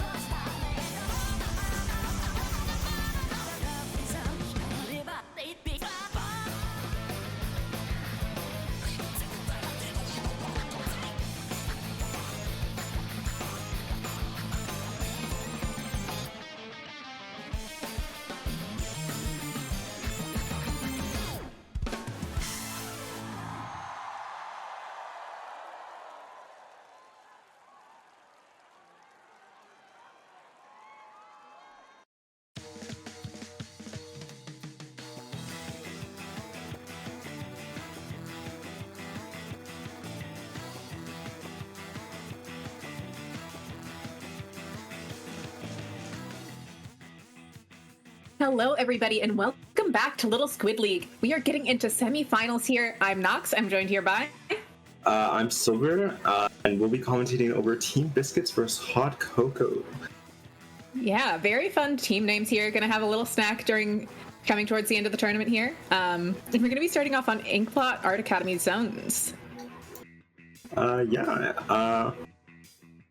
map, it's probably pretty famous at this point. I don't think we really need to dwell too much on it. It's pretty popular, pretty well known. It's probably been played a few times already this tournament. Probably just a couple. It's not everyone's favorite map mode to counterpick half the for sure. I mean, it's like a 50-50 between this and like some sort of Mako map. Yeah. Actually, it's typically this map for TC and Mako for zones. That is true. That's true, yeah. It's a little bit backwards. It does mean that we won't be seeing Inkblot Art Academy too quickly again during counterpicks here, though, which is nice. Yeah. Because there's probably a rule against that. I know. There are some counterpick rules in place here. I definitely know that you cannot pick the last map mode you won on. That makes sense. Yeah, it's, pretty standard. Nothing too wild there. Any weapons that you'd like to see coming out here on Inkblot Art Academy? On Inkblot, maybe like a blaster or something would be kind of interesting. Blasters are pretty helpful because you can like sit in there like the enemy's plat, and you just shoot them onto their plat, and you just have a fun time. You have a blaster. Yeah, blaster time. Definitely a blast of a time with Blaster on Inkblot Art Academy. Yeah. I agree. Oh, we're seeing a pencil. Not a weapon we see a ton of. Has Sprinkler and Tacticooler. Definitely a really solid weapon right now. That with the Rapid Blaster is really neat to see. Definitely not the most standard way of having Tacticooler and Inkjet in your comp, but always nice to have them there. And we are seeing another Tacticooler coming out on the other side, along with double trip strikes from Hot Cocoa there. Yeah, maybe if they pop them at the same time, maybe you can cap the entire zone at once. Definitely seems like a possibility. Yeah, I've already seen this crap come out and getting pressure onto that charger, but fortunately ending before they could get any real damage onto the enemy team. But already a pick on the side of Team Biscuits and popping that cooler just to try to survive this Inkjet. Yeah, Inkjet able to find another there, able to put a lot of pressure on this plat, forcing the charger to go all the way back into that sniper cubby. And Pencil just instantly going for him. I respect the tenacity there from the Pencil trying to get that splat charger. Definitely not the most advantageous matchup for them, but definitely something you can always try to find a sneaky pick on. Yeah, and it looks like we're seeing the crab set up on top mid, pretty standard positioning for it, and getting a lot of damage onto this charger and getting the pick already. And Slash, I guess, getting to sneak away and getting the fighting. Now 3 down on Hot Cocoa. Maybe 4. Yeah, 4 down. Yep. Really good job there from the Splash. Team Biscuits is in a great position here. They have a lot of pressure. One of them did go down, and it was one of their main painters, but admittedly the Rapid and the Pencil can just kind of poke things out of mid for long enough that you don't need to worry about paint. And there we go. We see game 1 of semifinals going to Team Biscuits. Yeah, Hot Cocoa tried to get the flank on from the right side, but just not getting enough paint onto the zone fast enough. Yeah, hard to get that flank off, especially when there's, a Rapid that can easily watch that area and a Pencil kind of just keeping an eye on it when they know that both of their, more shooter, Slayer type players are going to be up on that plat. Definitely, yeah. Being able to look to the sides because you have 2 teammates forward is always a comforting feeling. Definitely, always really nice to be able to have that security to make those choices. Hot Cocoa definitely needs to figure out a way to break in against that Pencil and Rapid Blaster combo, so they might want to try and figure out a map where that might not work as well on. Do you have any ideas of what that might be? Maybe a map where straight lines are less an issue. Maybe something like what's the curvy map you like? I forget. Humpback? Oh, you're talking about Humpback. Yeah, Humpback. In the game, a common and normal opinion of me. Yeah, maybe Humpback. Maybe something like, I don't know if zones would be the answer, because I feel like you still have the issue of the Rapid and a Slayer kind of just looking forward, and I don't really have much to answer to that. Maybe some Clam Blitz. That could work out pretty well for him, maybe? Yeah, slowing down their pushes and hopefully giving you more time and I don't know about Easy. quick. Well, if their Charger player is really confident in E-leader here and hits their shots, the key of a Charger player, if they hit their shots, definitely can be a very oppressive force, can do a lot to keep that pencil under control. If they're able to hit their shots well enough, they'll be able to keep the Rapid out of the way and can get rid of the Inkjet. Like, I could see an E-leader pick doing really well here for him. Definitely one of the best E-leader maps in the game. Yeah, I could see that. Having your E-leader being able to shoot across the entirety of mid is always an interesting idea. You know, they really just can reach it. If you think they can't, yes, they can on Museum. They can't do it on Humpback. There are walls there. It's great. They might be able to shoot across from window to window. They can do that. I have done that before. Yeah. I was gonna say I wouldn't be surprised if you could do that. Yeah, you can definitely do that one. I cannot deny that. Humpback has many crimes as a map. I love it Yeah. though. And we're going to be getting into it here on Museum for game 2 of semifinals. We're seeing the same we're seeing a slight change up actually coming out of Biscuits here. Coming out of Team Biscuits. We are going to see that Slosher coming out, cutting down their paint a little bit, but it's not zones. You don't quite need as much. We are going to see a 52 gal and Rapid coming in. We do see the 52 gal already down. The Rapid almost getting pinched, but managing to get out of there with, well, not get out of there, but get the Slosher and trade out another. Both teams kind of in a 2-down situation. Charger here holding this area, taking advantage of that splash wall to keep that Rapid off of them for a second. Yeah, just not the other Team Biscuits just not really peeking out to let that Charger get a free kill and just working out for them, and now the Chargers step back up and I think someone flanked there and they just got pinched and could not do anything. It's unfortunate. Yeah, that was a really good pinch out of Team Biscuits there, and now they're just able to move up almost for free. Gonna be able to get that in. Is the Splatter Shot gonna be able to back up? No, not quite. And it is just the Pencil and Slosher up. Pencil choosing to make a good choice there and jump out, managing to stay alive. Gonna have that Tacticaler probably ready for when Hot Cocoa tries to push in, allowing them to take a few more risks on that. Yeah, it's already up, and Pencil's smartly jumping out and not before getting a few climbs in though, and now we just gotta play a little bit of defense and hopefully get a counter push ready. Some specials and don't peek the Inkjet, please. Sometimes you keep the Inkjet as a treat. Sometimes you need a little Inkjet. Especially when you're just out here trying to survive some torp spam after the Inkjet ends. Able to find one, not with the Zuka though. They are trying to put some pressure on this Charger here. Gonna be able to, but the Rapid manages to sneak in behind and get one in, taking the lead. They do have to back up now. They don't have any follow-up for that, but that is a lead switch. It is going to give Team Biscuits power clam, but they were going to be in a pretty advantageous position anyway. So, like, switching the lead, getting a few more points on the board never hurts. And we are seeing the Charger manage to get a couple picks in mid here, as we're seeing the Rapid setting up on this right side, looking to try and probably find an angle to pressure that Pencil. As the Charger has that wall set up in mid, the Whale's out. They should be able to start getting a push together here. Never mind. You know? Quite unlucky. Quite unlucky. We're seeing the Slosher managing to clean up the last member there. Power Clam dies, and we are seeing a bunch of specials online here, but the Charger managing to take them out before they can fully use it, and I don't know that they've managed to actually activate the cooler yet for the Slosher. Yeah, they hadn't. No. But yeah, now we're just seeing. Oh, I guess they're not getting pushed into the corner. Okay, that works, I guess. Pencil just going, I can hit that, and being completely right in that moment. It's not often that you see a Pencil confidently challenge a Splat Charger like that. Not necessarily the most advantageous position for them to be in, usually, due to the 2-shot versus 1-shot issue. But we're just seeing Hot Cocoa really doing what they can to break back in here, looking to get these specials online. They have a couple power clams. They have some specials to work with. There are 2 down on the side of Team Biscuits, but everyone's on respawn. Probably pretty close to specials, too, since there was that tactical ruler involved. You gonna jump in? That is unfortunate. There would have been a lead switch there. Not by much, could have been a... Yeah. No, they had another power clam ready, too, if they'd managed to get both in.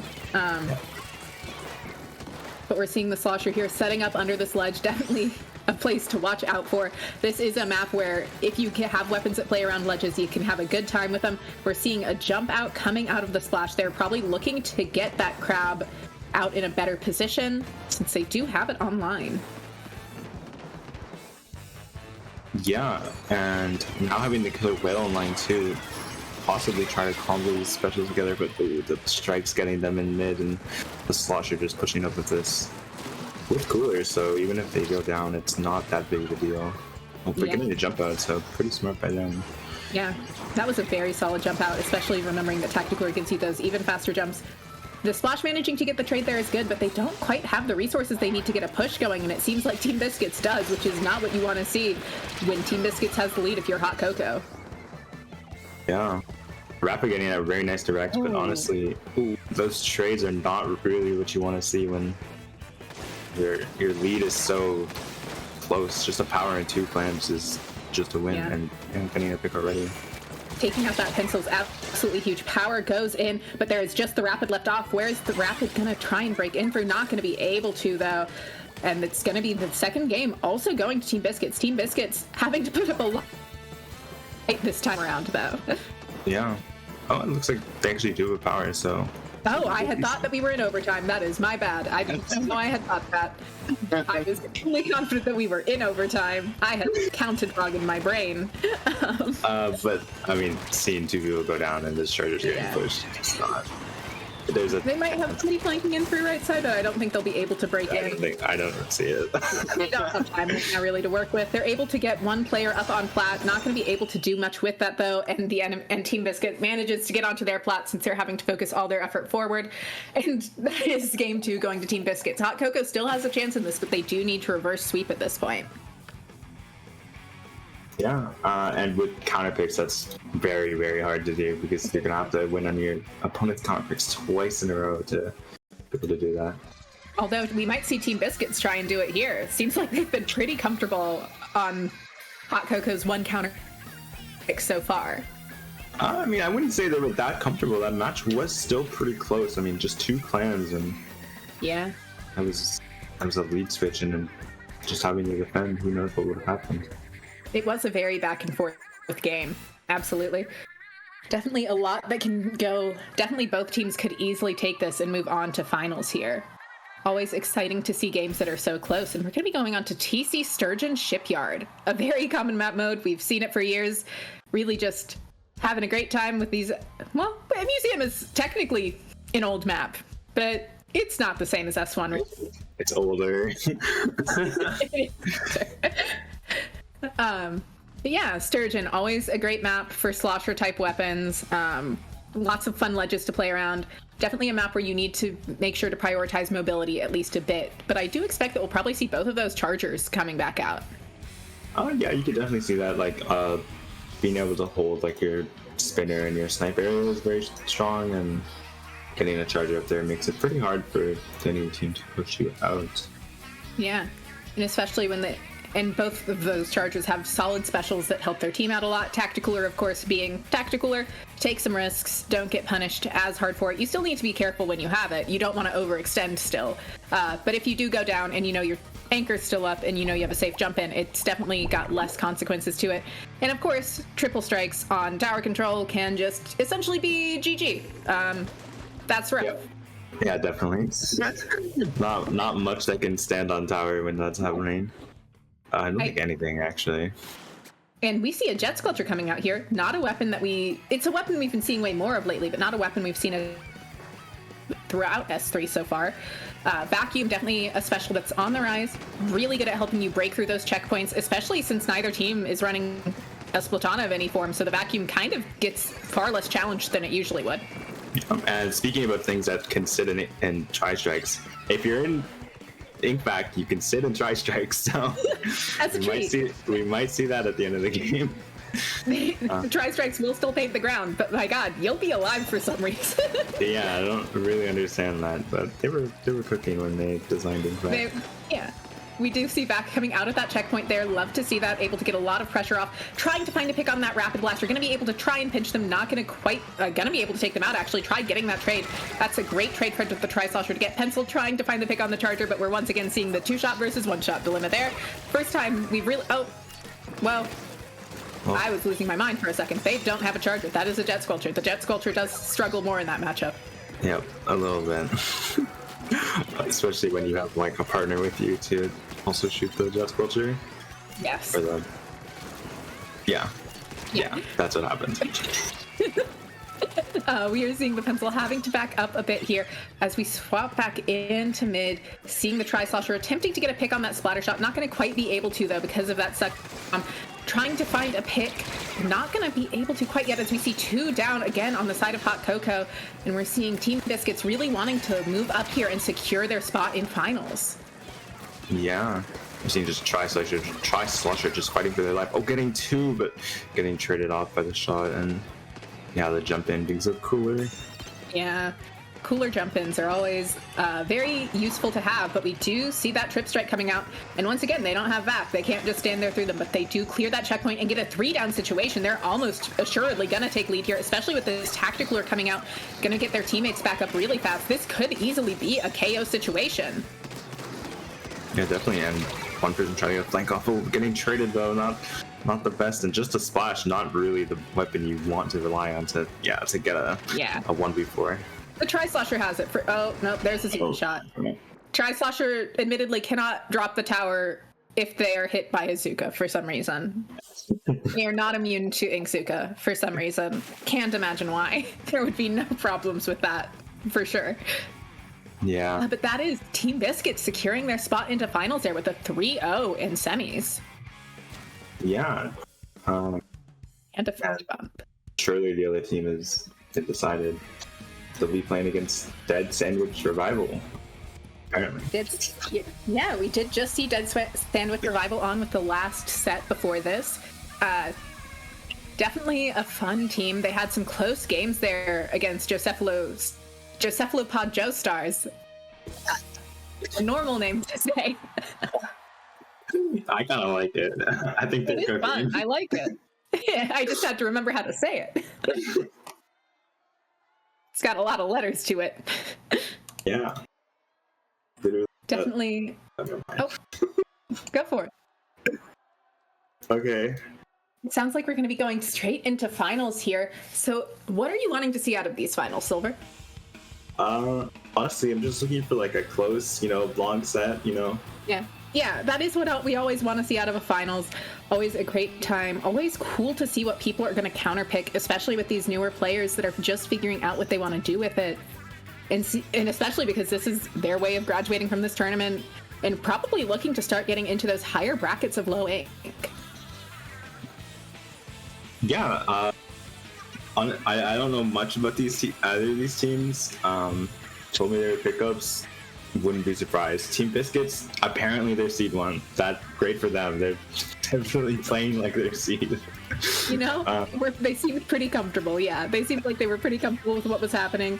I do believe at least Dead Sandwich. I do believe both of these are likely pickups. I know Jocephalopod Joestars isn't. I've commentated over them a few times in the past. They're always great. Happy to see that they made it this far in yet again. Not quite making it to finals though. And yeah, I don't know a ton about Dead Sandwich Revival, but we did see them on earlier. They were running some interesting comps. They managed to get down to 1 point on Humpback Pump Track, which is always fun. Not quite managing to get the KO though, as happens more often in Splatoon 3 than Splatoon 2, from what I've seen.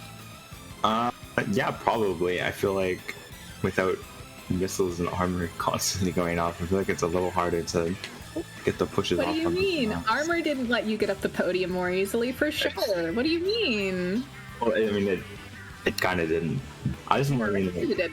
If it was a Junior shooting at you that didn't break your armor, it did. Yeah. Most weapons did break your armor, though, for some reason. Weird. Yeah, I don't know why. Don't know why that would be. It's not as if it wasn't designed around that fact. But yeah, tactical are something that we always see a lot of in this time, especially for these, especially throughout LSL. We've been seeing a lot of it. Definitely a really solid special for just allowing yourselves to figure out the pace of the game pretty easily. Yeah, almost allowing you to like set your own pace in a way. It's a really fast pace usually. It's a very fast pace. Yeah, and tactical are. Yeah. Yeah, I will say that from all the real sports I ever played, it was always a matter of a lot of my coaches would always focus very heavily on, we want to control the pace of the game. And that's something I've also heard as I've watched so much college basketball. Not on purpose, but my God, I've watched a lot of it. Interesting. I would agree, though. Setting your own pace, whether it be fast or slow, is always more important. You always want to play on your game plan and not your opponent's. Yeah. Well, and even if it's not a strict game plan, you want to be able to play at the pace your teammates feel comfortable. So, like, if you're playing a lot of really fast-weight, lightweight weapons and playing without an anchor, you want to be able to keep those constant jump-ins, that constant forward momentum.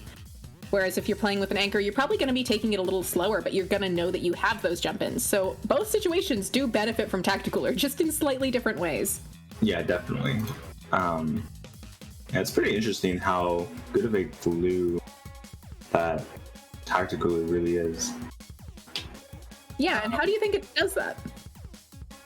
Well, I mean, as you were saying, like, it kind of helps, like, any comp in the way that, like, whether you want to play slow or fast, you kind of always want to respawn fast. It's not like you ever want to have a slower respawn when you could have a faster respawn. Yeah. Even if it means sacrificing a bit of time to get the cooler down. Yeah, absolutely. Definitely makes a lot of sense. Being able to get those quick jump-ins are always helpful, and especially, also, I mean, it's not as utilized of a feature, but the fact that you can just jump, quick super jump, so fast, just anywhere on the map to your teammates is absolutely wild, especially with how often people are on stealth jump these days. You can definitely make some shenanigans happen with that. Jumping around the map and just kind of just going anywhere you want as long as you have a teammate there is pretty strong. It's a near instant jump. It takes like 2 seconds total, probably. You blink and it's done, really? Yeah, really. Although that's a little less useful of a feature on a map like Barnacle and Dime, where it's not overly big. Yeah, this map is actually quite small. And you could definitely still use it if you're like really deep into their spawn and you don't really want to jump all the way back to your spawn. Maybe you want to jump to mid. Yeah, especially if you're running something like a ballpoint or a pencil or a splat charger, you know, any of those more anchory type weapons. Just having that jump back to where they are is always a nice reset to be able to do mid game if you think about it. Yeah. Yeah. Well said. Thanks, I try. Any particular kinds of subs or weapons or anything you think do particularly well on Barnacle and Dime? I mean, I said it before, I'll say it again, like, blasters are pretty cool here. You get to, like, shoot over walls, you get to shoot around walls, you get to shoot above you without much problem, while, like, just sitting underneath it. We should see the rapid again. We are seeing that rapid, yeah. Slosher, close enough, I'll take it. Slosher is a pretty fun weapon here too, and we are going to be seeing a Nautilus coming out. Not a weapon we've seen a ton of in Splatoon 3, but definitely still a fantastic weapon, able to get those really fast kills and able to put out a ton of pressure with that rain, really forcing people to have to hold awkward positions. And the pencil here really just saying, don't look at my side of the map. Don't think about flanking right. I live here, actually. Yeah, and Team Biscuit's also playing a double inkjet, just... I want to say it's interesting, but it's not that interesting. Inkjet has been shown to be pretty strong recently, and kind of just highlighting it with double. I'm getting flashbacks to the start of the game. Slightly different special, but almost. We haven't seen triple inkjet coming out. It's fine. We are seeing this inkjet getting popped here to try and keep Dead Sandwich Revival out of their spawn. Splash has this tactical here. It does go down. That is 2 down thanks to that inkjet actually putting Dead Sandwich Revival 2000 in a bit of an awkward position, but we are going to see them getting those jumps in pretty quickly. But the next inkjet comes out trying to change the game state yet again. Likely going to be able to, but there are actually 2 down on Team Biscuit. Nautilus able to play cleanup here. Just the Tri-Slosher left, and I believe they're on respawn. Oh, no, they are not. They are trying to shark. They succeed. Almost. Really? Sometimes you get a little lucky when you're just painting. And you know, I don't respect that is it. That's the risk you take that's the risk you take when you shark. We do see the Trizuka managing to take out the ends up there, keeping the next Tacticooler off the table for a little bit. We see the Tri-Strikes coming out, really trying to shut this down, able to take out the Splash. We're seeing the Inkjets yet again coming out, trying to pressure them out of this zone. Zap trying to keep some pain up, not going to be able to though, thanks to the position the pencil's taken. Splash tried to get the flank, wasn't able to. Nautilus kind of stuck a painting zone here, not necessarily the weapon you want doing that. And now having to dodge and weave around this Inkjet. Splattershot trying to pinch them in. Somehow that Nautilus is still alive, but they are clinging onto life by a thread, and there they go. Yeah, finally, and this person just almost getting shut down by this shot, but thankfully they managed to get away. Ooh. Oh. Okay, yeah, Zuko. Yeah. Zuka is a very good counter to crab tanks at this point, as they do just look at crab as a kind of a joke. If you hit the crab tank is at minimum gone and likely taking out the player with it. But we are seeing a flank cut that came out here from Dead Standard Revival coming in from that right side, able to take out a lot of players, and the Splash trying to live here in mid, able to take out the Tri-Slosher with the help of the Nautilus, and now they're able to start moving up onto this left side again, looking to find some pressure to really get this lockout going again, and with the crab tank almost online, they should be able to. Yeah, and yeah, as you say, crab is up. Oh, but the Torp and the Inkjet, another pretty big answer to crab right now. Oh wow, not usually in that way, but I guess that works. That doesn't work.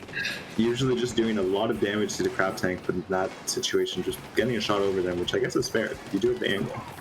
Yeah, Pencil trying to find a really aggressive position to hold there, does get slightly punished for it, but once again, they had that Tacticooler online. They're not too fussed about that.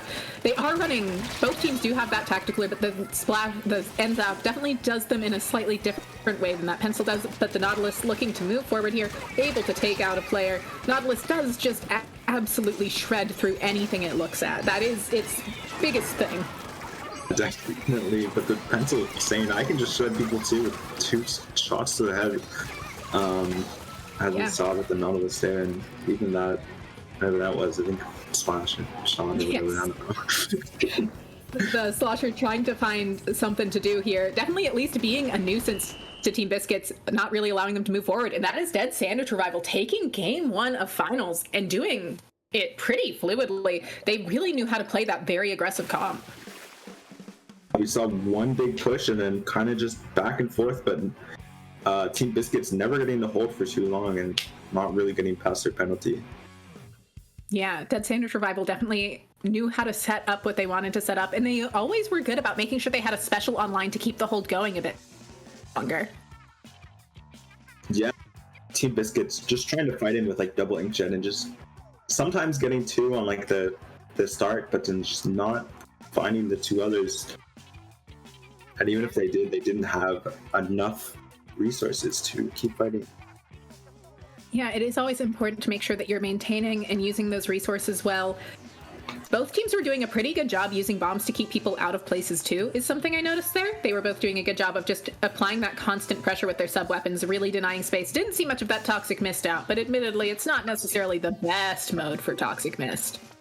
Yeah, it could be a little bit better in the control things in this map are not really that big. It could be Humpback Rainmaker, you know? Could be where Toxic Mist is truly at its peak. Could be worse. You're so right. What do you mean? What's wrong with Humpback Rainmaker? I love fighting through like a 4 inkling wide gap. And you love doing it with Mist and sub-weapons thrown at you, right? That's the most fun. I say this like Mist isn't a sub-weapon. Sometimes Mist is a main weapon as a treat, actually. I think you're kind of right. Yeah. Yeah. Yeah, they've got the sub-weapon when you're on the Mist weapon on Humpback is truly sometimes just your main weapon. Yeah, sometimes your main weapon is your special. Yeah, exactly. Sometimes you're playing Splatoon 2 Junior. That's what I got out of that. We are going to be going on to TC Mako Mart here. Definitely a map mode we've seen plenty of. I think once again your call for blasters do good here stands true. Yeah, this is like the blaster map mode, probably. Yeah, I can't think of much better. definitely have seen a couple clashes come out here over time. Not necessarily at LSL, but I've definitely seen a few Clash Blasters come out at this map. Definitely a good map for it. Yeah, I enjoy a good Clash pick, but I don't imagine we'll be seeing it out here right now. Rapid might do it. The Rapid might cook. I don't think so. Devastating news. I don't know. What do you mean? This is a test map also, for sure. Probably. Yeah. I don't know what Rapid else. definitely has a decent time here with the torpedoes and the inkjet and the. See. But we are going to see. That is double blaster. You saw correctly. What are your thoughts on that? I mean, it's double blaster and Makamar. Like it's not out of this world. It's a little unexpected to say the least, but it's also expected somehow. I understand what you mean there. Definitely able to put a lot of pressure onto these ledges, trying to probably keep these fast-paced shooters out, but not going to be able to all that easily when they just get rushed down like that. Pencil looking to try and find a pick here on this right stack, playing around their cooler almost as some form of shelter, but the Slosher managing to take out two. Yeah, Slosher getting two very good picks there. Just you can't even really see them, but the Slosher does not really care when the Fox are trying to push in.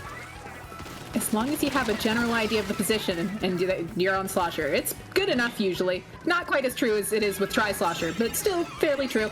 The Nautilus managing to trade out two at the end there was pretty big for them, and those trip strikes coming in really forcing that Splash to have to back off and not grab from the right stack like they were probably wanting to.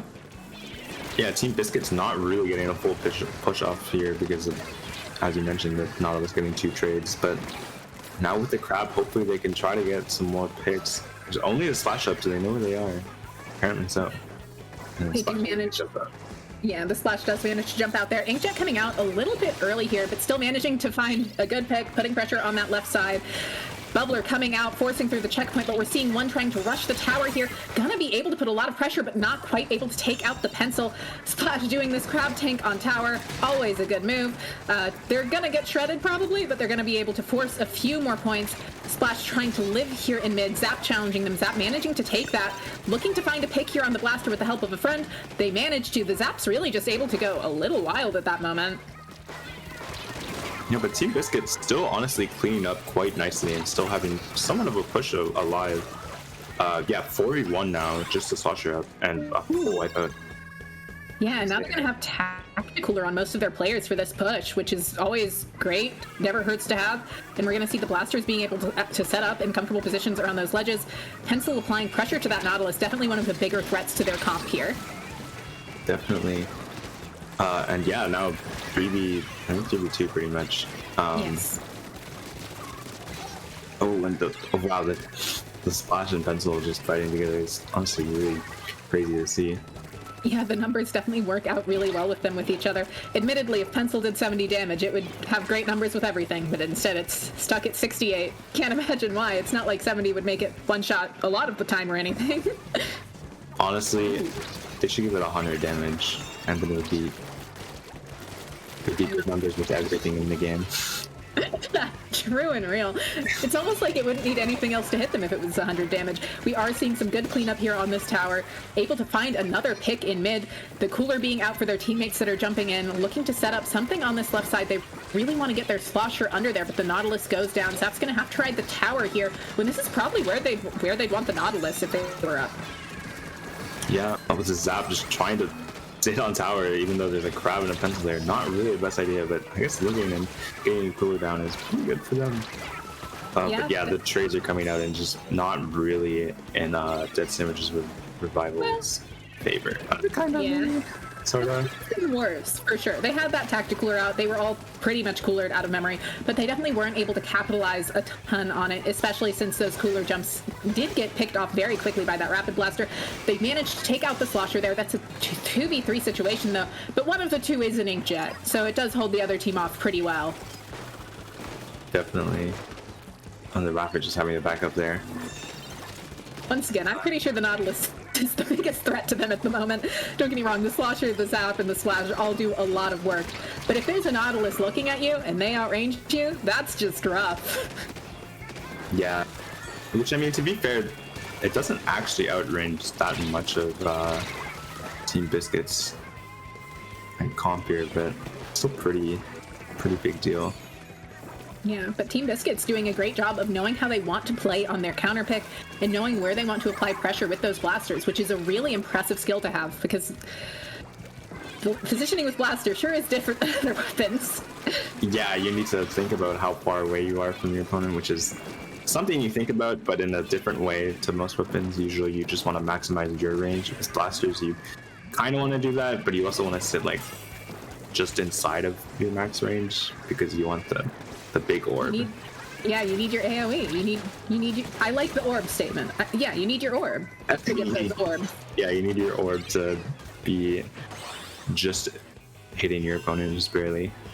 And the blaster managing to find a huge double there at the end, securing the game 2 to Team Biscuits, and you're getting what you wanted. We're seeing a very back and forth set right now. Definitely. I'm liking these counter picks. Getting the double blaster on Makomart, and just making it work. Just getting your blasters to just do blaster things pretty much. And what are those blaster things that you're describing? Yeah. Sitting around hard to reach areas, but being able to hit them because you're a blaster. Yeah, they definitely were doing a great job at that. We did see a couple moments like that out of the Slosher on Dead Sandwich Revival. Weapons that sometimes have more in common than you expect. Well, I say that. There is Sloshing Machine. That is just a Slosher and Blaster shoved together. Yeah, a little bit. Just a little bit. Not a weapon that we see a ton of anymore, thanks to the nerfs it got. I think it's still fully viable, though. Yeah, probably. You could probably pull it out here and, still drop 30. Yeah, I think especially on a map like Macomart or Humpback, as we were talking about, Humpback Marine. Oh, what a good map. But yeah, like it's. Yeah, I mean, this map, it's probably gonna do well against the pencil, which has been. Wait, what team counterpicked this? Wait. This would be Dead Sandwich Revival's counterpick. So wait, they're the team with the pencil, aren't they? Yeah. No, they are the team with the pencil. Yeah, honestly, no. I don't know. No, that's Team Biscuits. You tricked. I got confused. I got flipped. I got confused. Honestly. We both got cooked for a second. Yeah, we got moved on by an invisible force, apparently. We got put in the blender. Yeah. But anyways, this is probably a good counter pick for whoever counter picked it. I should say that. This is Dead Sandwich Revival's counterpick. Definitely a little bit interesting to me because their comp is not particularly defensive, but maybe they're just counting on having a really, really strong one push. That's definitely something I could see happening. It's also a map they won on earlier in the tournament, so they could just be feeling comfortable on it. They just want to play another 5-minute game. That's totally fair. We are seeing that double blaster coming back out here. Not super surprising to see on Humpback. Definitely a good blaster map. I just noticed, though, the pencil's running Respawn Punisher. They are confident. Yeah, that's something I think we saw earlier, but we didn't really talk about. We saw like a death cannon. But it is quite interesting with Cooler. You have quick respawn whenever you have Cooler active. So it kind of makes sense because even if you die while you have Cooler, you're not really getting that long of a respawn. Yeah. We're seeing the blasters here trying to poke out this Nautilus, looking to find an angle on them. Their splash has gone down, though, but they managed to find the Nautilus, looking to find the Slosher, looking to figure that out. Bubble coming out, able to take out the NZAP. Nautilus back up, but that is another player down with that blaster direct. Yeah, and I mean, pretty good play here, just grabbing the Rainmaker, trying to solve it. It looks like they might even get checkpoint here. Seems like they will. Oh. Yeah. Not quite, actually. Inkjet came out just in time to hit that shot, especially since the pencil had already hit them once and they were weak. They might not have been hit by the pencil, but they've been trying to swim up the pencil's ink for a second, so that's always a rough situation. Yeah. We're seeing the Nautilus kind of trying to brute force mid. They're not able to really do a ton with that. Crab Tank trying to find the pick on Rainmaker here. Rapid doing a great job watching that left angle. Yeah, definitely. I don't know if anyone was actually there, but I mean, it's probably a good idea to check your flanks sometimes. Yeah. But yeah, I think it's like pretty much 2-3 down here. And let's a checkpoint for Team Biscuits. Yeah, and we're seeing Tactical are coming out here, so they're definitely going to feel enabled to keep this push going a little bit further. Managing to call out this flank, distracting the Crab in mid, keeping them from shooting at the Rainmaker. That's absolutely massive. They managed to get to 38 points, which is definitely a beatable push, but still very solid. Mew choosing to take it through this window, dropping it into mid. Love to see that. Glad they didn't just choose to leave it on their plat. Fact, definitely a map where if you do that, you 90% of the time get punished for it. Yeah, the blaster was already on the left side looking for the mistake to happen. Looking for the cheese. Humpback is a cheesy map sometimes. Yeah, We're not seeing the peak of its cheese without that toxic mist, but there's definitely cheese to Humpback.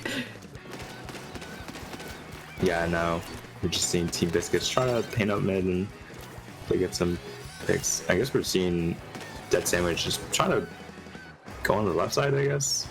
See Mew over there.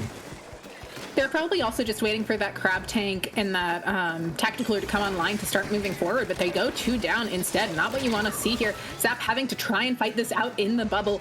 Not really where you want to fight things out generally, though. Yeah, you get a little trapped. The Thunderdome. Not the Thunderdome. Yeah, bubble obviously blocking your opponent's shots, the enemy color's shots from going inside of it. So your teammates, even if they are within range, they can't really paint you to help you, which is not really that helpful. Yeah. Really what you want to happen. Yeah. Slosher got a great pick on the Rainmaker there, enabling them to stop that push in its tracks. They have gone down to something though as they were trying to push into that street. We see Tactical are online from the NZAP. Slosher trying to jump in. They're getting rushed from this right side by one of the enemy team's shooters though, and that is a 3-down situation. Just the zap up. They do have that Tactical ready, but hopefully they jump out rather than trying to use it so that their teammates can actually take advantage of it. Yeah, the blaster trying to pop their own Rainmaker. They're not really the person you want to be doing that, but they got the pop, and now they have all of mid pretty much. And with the lead, they might just kind of sit here with only 1:20 seconds left on the clock.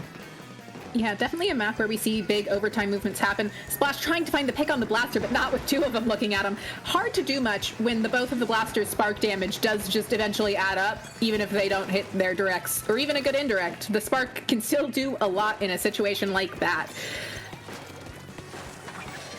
And we're seeing the blaster pop bubble already over here, and they see a jump, but not able to counter that. Already too late into the timing. Yeah. Seeing everybody really looking to start moving forward here.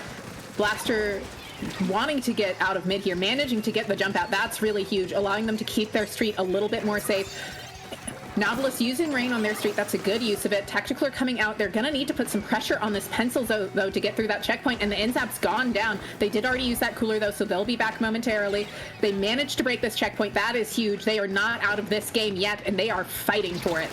Looking to get this pop. They managed to trade out in mid. Pop does go in their favor. Trip Strike's coming out. They're going to need to go forward with this, so they're going to need to grab it before the other team does.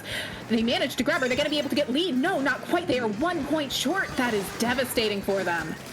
Yeah, and Team Biscuit's getting the pop here, just gonna grab and back up, and yeah, Dead Sandwich not gonna be able to get the grab there. Yeah, it was a good call on that Slosher's part, though, to use those trip strikes there. I almost wish that Splash had moved up with them, though, just to secure a little bit more paint, a little bit more safety. Definitely, just like a little bit, like a few little plots of make could have won them the game there. Yeah, Rainmaker is definitely a mode where every little thing makes such a difference. And now we're going to go on to see what Dead Sandwich Rival chooses to counterpick next, because Team Biscuits did just win on their counterpick. Yeah, getting the break point there. And now we're going to see pretty much a similar situation coming out here. Definitely a hard set of words to say. Lots of similar sounds. Yeah, where Dead Sandwich Revival is going to need to win only on one of Team Biscuits. Wait, I don't. Yeah, just one of Team Biscuits counterpicks. You're right. You got it. Yeah. That is how counterpicking tends to go in a best of 5. Ideally, you do win. Admittedly, that's why the first game of a best of 5 can be such a make or break thing in a counterpick set like this. Yep, because then you have counterpick advantage, but now you lost it because you let them win. Unlucky. It is quite unlucky. We are going to be seeing them going into Rainmaker Scorch Gorge here, sticking to their guns on Rainmaker and really choosing another kind of similar map in terms of the concept of you're pushing through tiny, tiny choke points. Yeah, like the choke point on left, the choke point from mid to the plat if you decide to take the great path. That's obviously really... I don't think you're taking that when they're up, but if you decide to do that... Yeah, I can definitely... And especially since there have been double blasters coming out, that'll make pushing pretty difficult for the other team, because the greats are at a great height for them.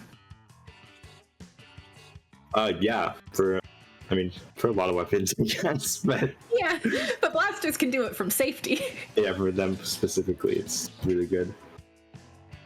Yeah, definitely. I mean, most weapons can hit the grates on this map, don't get me wrong. But, I don't know, blasters just get the funny AoE through the grates as a treat, and it seems really good, especially if you can have two blasters poking at it from different sides of mid from relatively safe positions. It's just kind of a little bit... It's a little silly. It's a little goofy. Yeah, a little goofy. But yeah, hopefully we see Team Biscuits, Dead Sandwich Revival take this game so we can see a game 5. Yeah, it's always ideal to see a game 5. Same comp here coming out of Dead Sandwich Revival. Nothing too shocking there. We are only going to see one blaster coming out of Team Biscuit this time. We are seeing that rapid sticking, though. Would be shocked to see it go away. They seem to really like that inkjet. They also, once again, rapid does great AoE damage. Pop going to Dead Sandwich Revival there. Definitely not shopping. Cooler already out, which means that probably got the benefit of that pop. And we're just seeing them really starting to try and find something, but the Crab Tank out from Team Biscuits shutting everything down right away, and the Nautilus choosing to challenge a Crab Tank head on. Yeah, maybe not the best idea. I respect the confidence.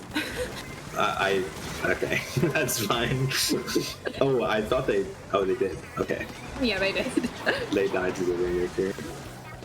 Trip Strikes came out there, not able to stop it though, able to swim right through that rain, getting that first checkpoint, and Team Biscuits really saying, okay, you took first game.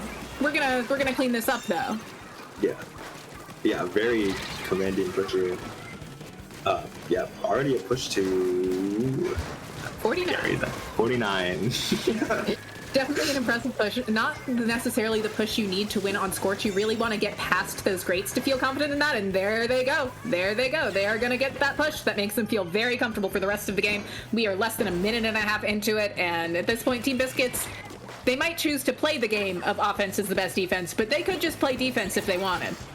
Definitely. I mean, having your Crab and your Slosher just... Or wait. Yeah. Yeah, both teams have that. Both teams have that. That's why I got confused for a second. a little more complicated when two teams run the same thing. As you're seeing them trying to move forward here and getting heavily punished for it, but the splash going down for taking out two of them. Worth it for the clip, though. Definitely. Everything's worth it for the clip. I am aware that that is your opinion. We're seeing a lot of paint pressure here coming out from Dead Sandwich Revival, looking to find something. Zap smartly choosing to back off here, knowing that they have that Tacticooler ready, not managing to live that splat bomb, but getting their Tacticooler off. So kind of a win in their books, really. Yeah, getting it off for their team, and hopefully they can grab it and try to make some sort of fight in mid, but unfortunately going 3 down now, and the Zap, of course, is under response, so pretty much a delayed wipe, and Team Biscuits sort of just sitting in mid because they don't really have a need to push right now, and now grabbing the here. Maybe not the best counter pick here on the part of Dead Sandwich Revival, considering that their comp is so... they don't have a lot of defense in their comp. It's very good at aggression. It's incredibly good at aggression, but against a Rapid Blaster, it's hard to break your way back in without... Because the Rapid's gonna poke you from such safety that you don't have a great answer to it. Yeah, definitely, and just... from so far away too, and so quickly. Like if you get shot once, you're probably gonna get shot again. You do not have to realize that there's a rocket shooting you. Exactly. And we do see great moving up there with that Crab Tank. Good job there. Really managing to start this forward momentum again. Tacticooler coming out, thrown in front of them. Always love to see it. Always great to see a Tacticooler not thrown in spawn. That is what you love to see. Yeah, definitely. Oh, and the rain... Oh, never mind. Quite getting the pencil there, a little bit surprising. But their entire team is Tacticoolered. The Slosher will be back with those trip strikes shortly. We are seeing some specials coming out here on the other side. Of course, Inkjet able to apply a lot of pressure to a Rainmaker, and also able to easily get the Rainmaker weak enough to die to just one pencil shot. But look, they're able to apply a lot of pressure to that pencil, forcing them back. Should be able to allow them to move up to that right checkpoint. They're really working on getting there. Not quite able to yet, though. Rainmaker choosing to keep that pressure up on the pencil, but not going to be able to quite break through that checkpoint with the Crab Tank out here, looking to try and get it, and just barely able to. That is huge for them. They do only have a minute left, but breaking that checkpoint makes the next push way easier. Yeah, and they have a bit of pain in their spawn here, so hopefully they can maybe get a special or maybe like a, honestly, I mean, anything on their side is pretty useful. I guess they get a cooler, so. Yeah, they do have a cooler. The cooler has been used. They're going to be looking to find more specials. Bombs being tossed out here in mid, looking to find some pressure. Tactical coming out from Team Biscuits. Team Biscuits really just wanting to hold this in mid. They don't necessarily want to do anything too wild. Strike coming out, able to take out the Rainmaker there, and we're seeing just a lot of pressure coming out here from Dead Sandwich Revival. They want to stay in this, they want to get to that game 5, but they're not quite gonna be, it looks like they might be able to, but that pencil taking out one of their players is absolutely devastating. Able to take out the Rainmaker there, 15 seconds left. I don't know how Dead Sandwich Revival does it here, especially with all of these specials coming out, looking to get the pop, not gonna be able to. The last two members are on respawn. Splash trying to break their way in, but not gonna be able to, and it seems like that is going to be the set. Going to Team Biscuits. Yeah, that is game, set, and tournament. Team Biscuits winning our LSL today. Incredible gameplay out of them. Team Biscuits doing such a great job playing off of their team, playing off of the other team's counter picks. We saw them consistently able to win on other people's counter picks, which is always very impressive. Yeah, winning 2 matches back to back, showing what. Honestly, what they needed to do there, but what Dead Sandwich Revival needed to do. Yeah, Team Biscuits having a great awareness of how their comp wants to play and really setting up that Rapid Blaster for success. There was always paint where the Rapid seemed to need it. Yeah, and just like constantly having the pencil have cooler, just sitting back, and honestly, the pencil put in so much work, yeah. Especially considering that they have the respawn Punisher. Yeah, the pencil hitting those shots was absolutely huge for them. Not a weapon that we see a ton of in low-level play, but really great to see it today, and they did such an incredible job with it, and they also were consistently getting that Tacticooler out despite not running Special Charge on one of their main abilities, which, yeah. From what I'm aware of, pencils tend to do. Yeah, probably. Definitely incredible set there from Team Biscuits and Dead Sandwich Revival. Really great gameplay out of both of those teams. Yeah, yeah. I mean, even if you lose, like second is still pretty good. Still, yeah. To be proud of. It definitely is. I got second in an LSL once. I believe that. You did know that, yes. Yeah, I probably agree. I don't remember. You did. It's okay. But yeah, great gameplay today out of all of these teams. Just an incredible job. Team Biscuits, yet again, managing to win this. Gonna be completely banned from this tournament now. Gonna have to try and grind low ink and see how far they can get in that. No. And that is going to be it from us today. I've been Nox. You can find me on Twitter and Twitch at NoxRaven42. Silver, where can they find you? I'm Silver. You can find me at _Silverness on Twitter, or Silverness __ on Twitch, probably. And yeah, I think we're ready for Chara. We are. Thanks again to our wonderful streamer today, Jub, and to all the fantastic staff here at LSL. Jub the GOAT, for real. Yeah.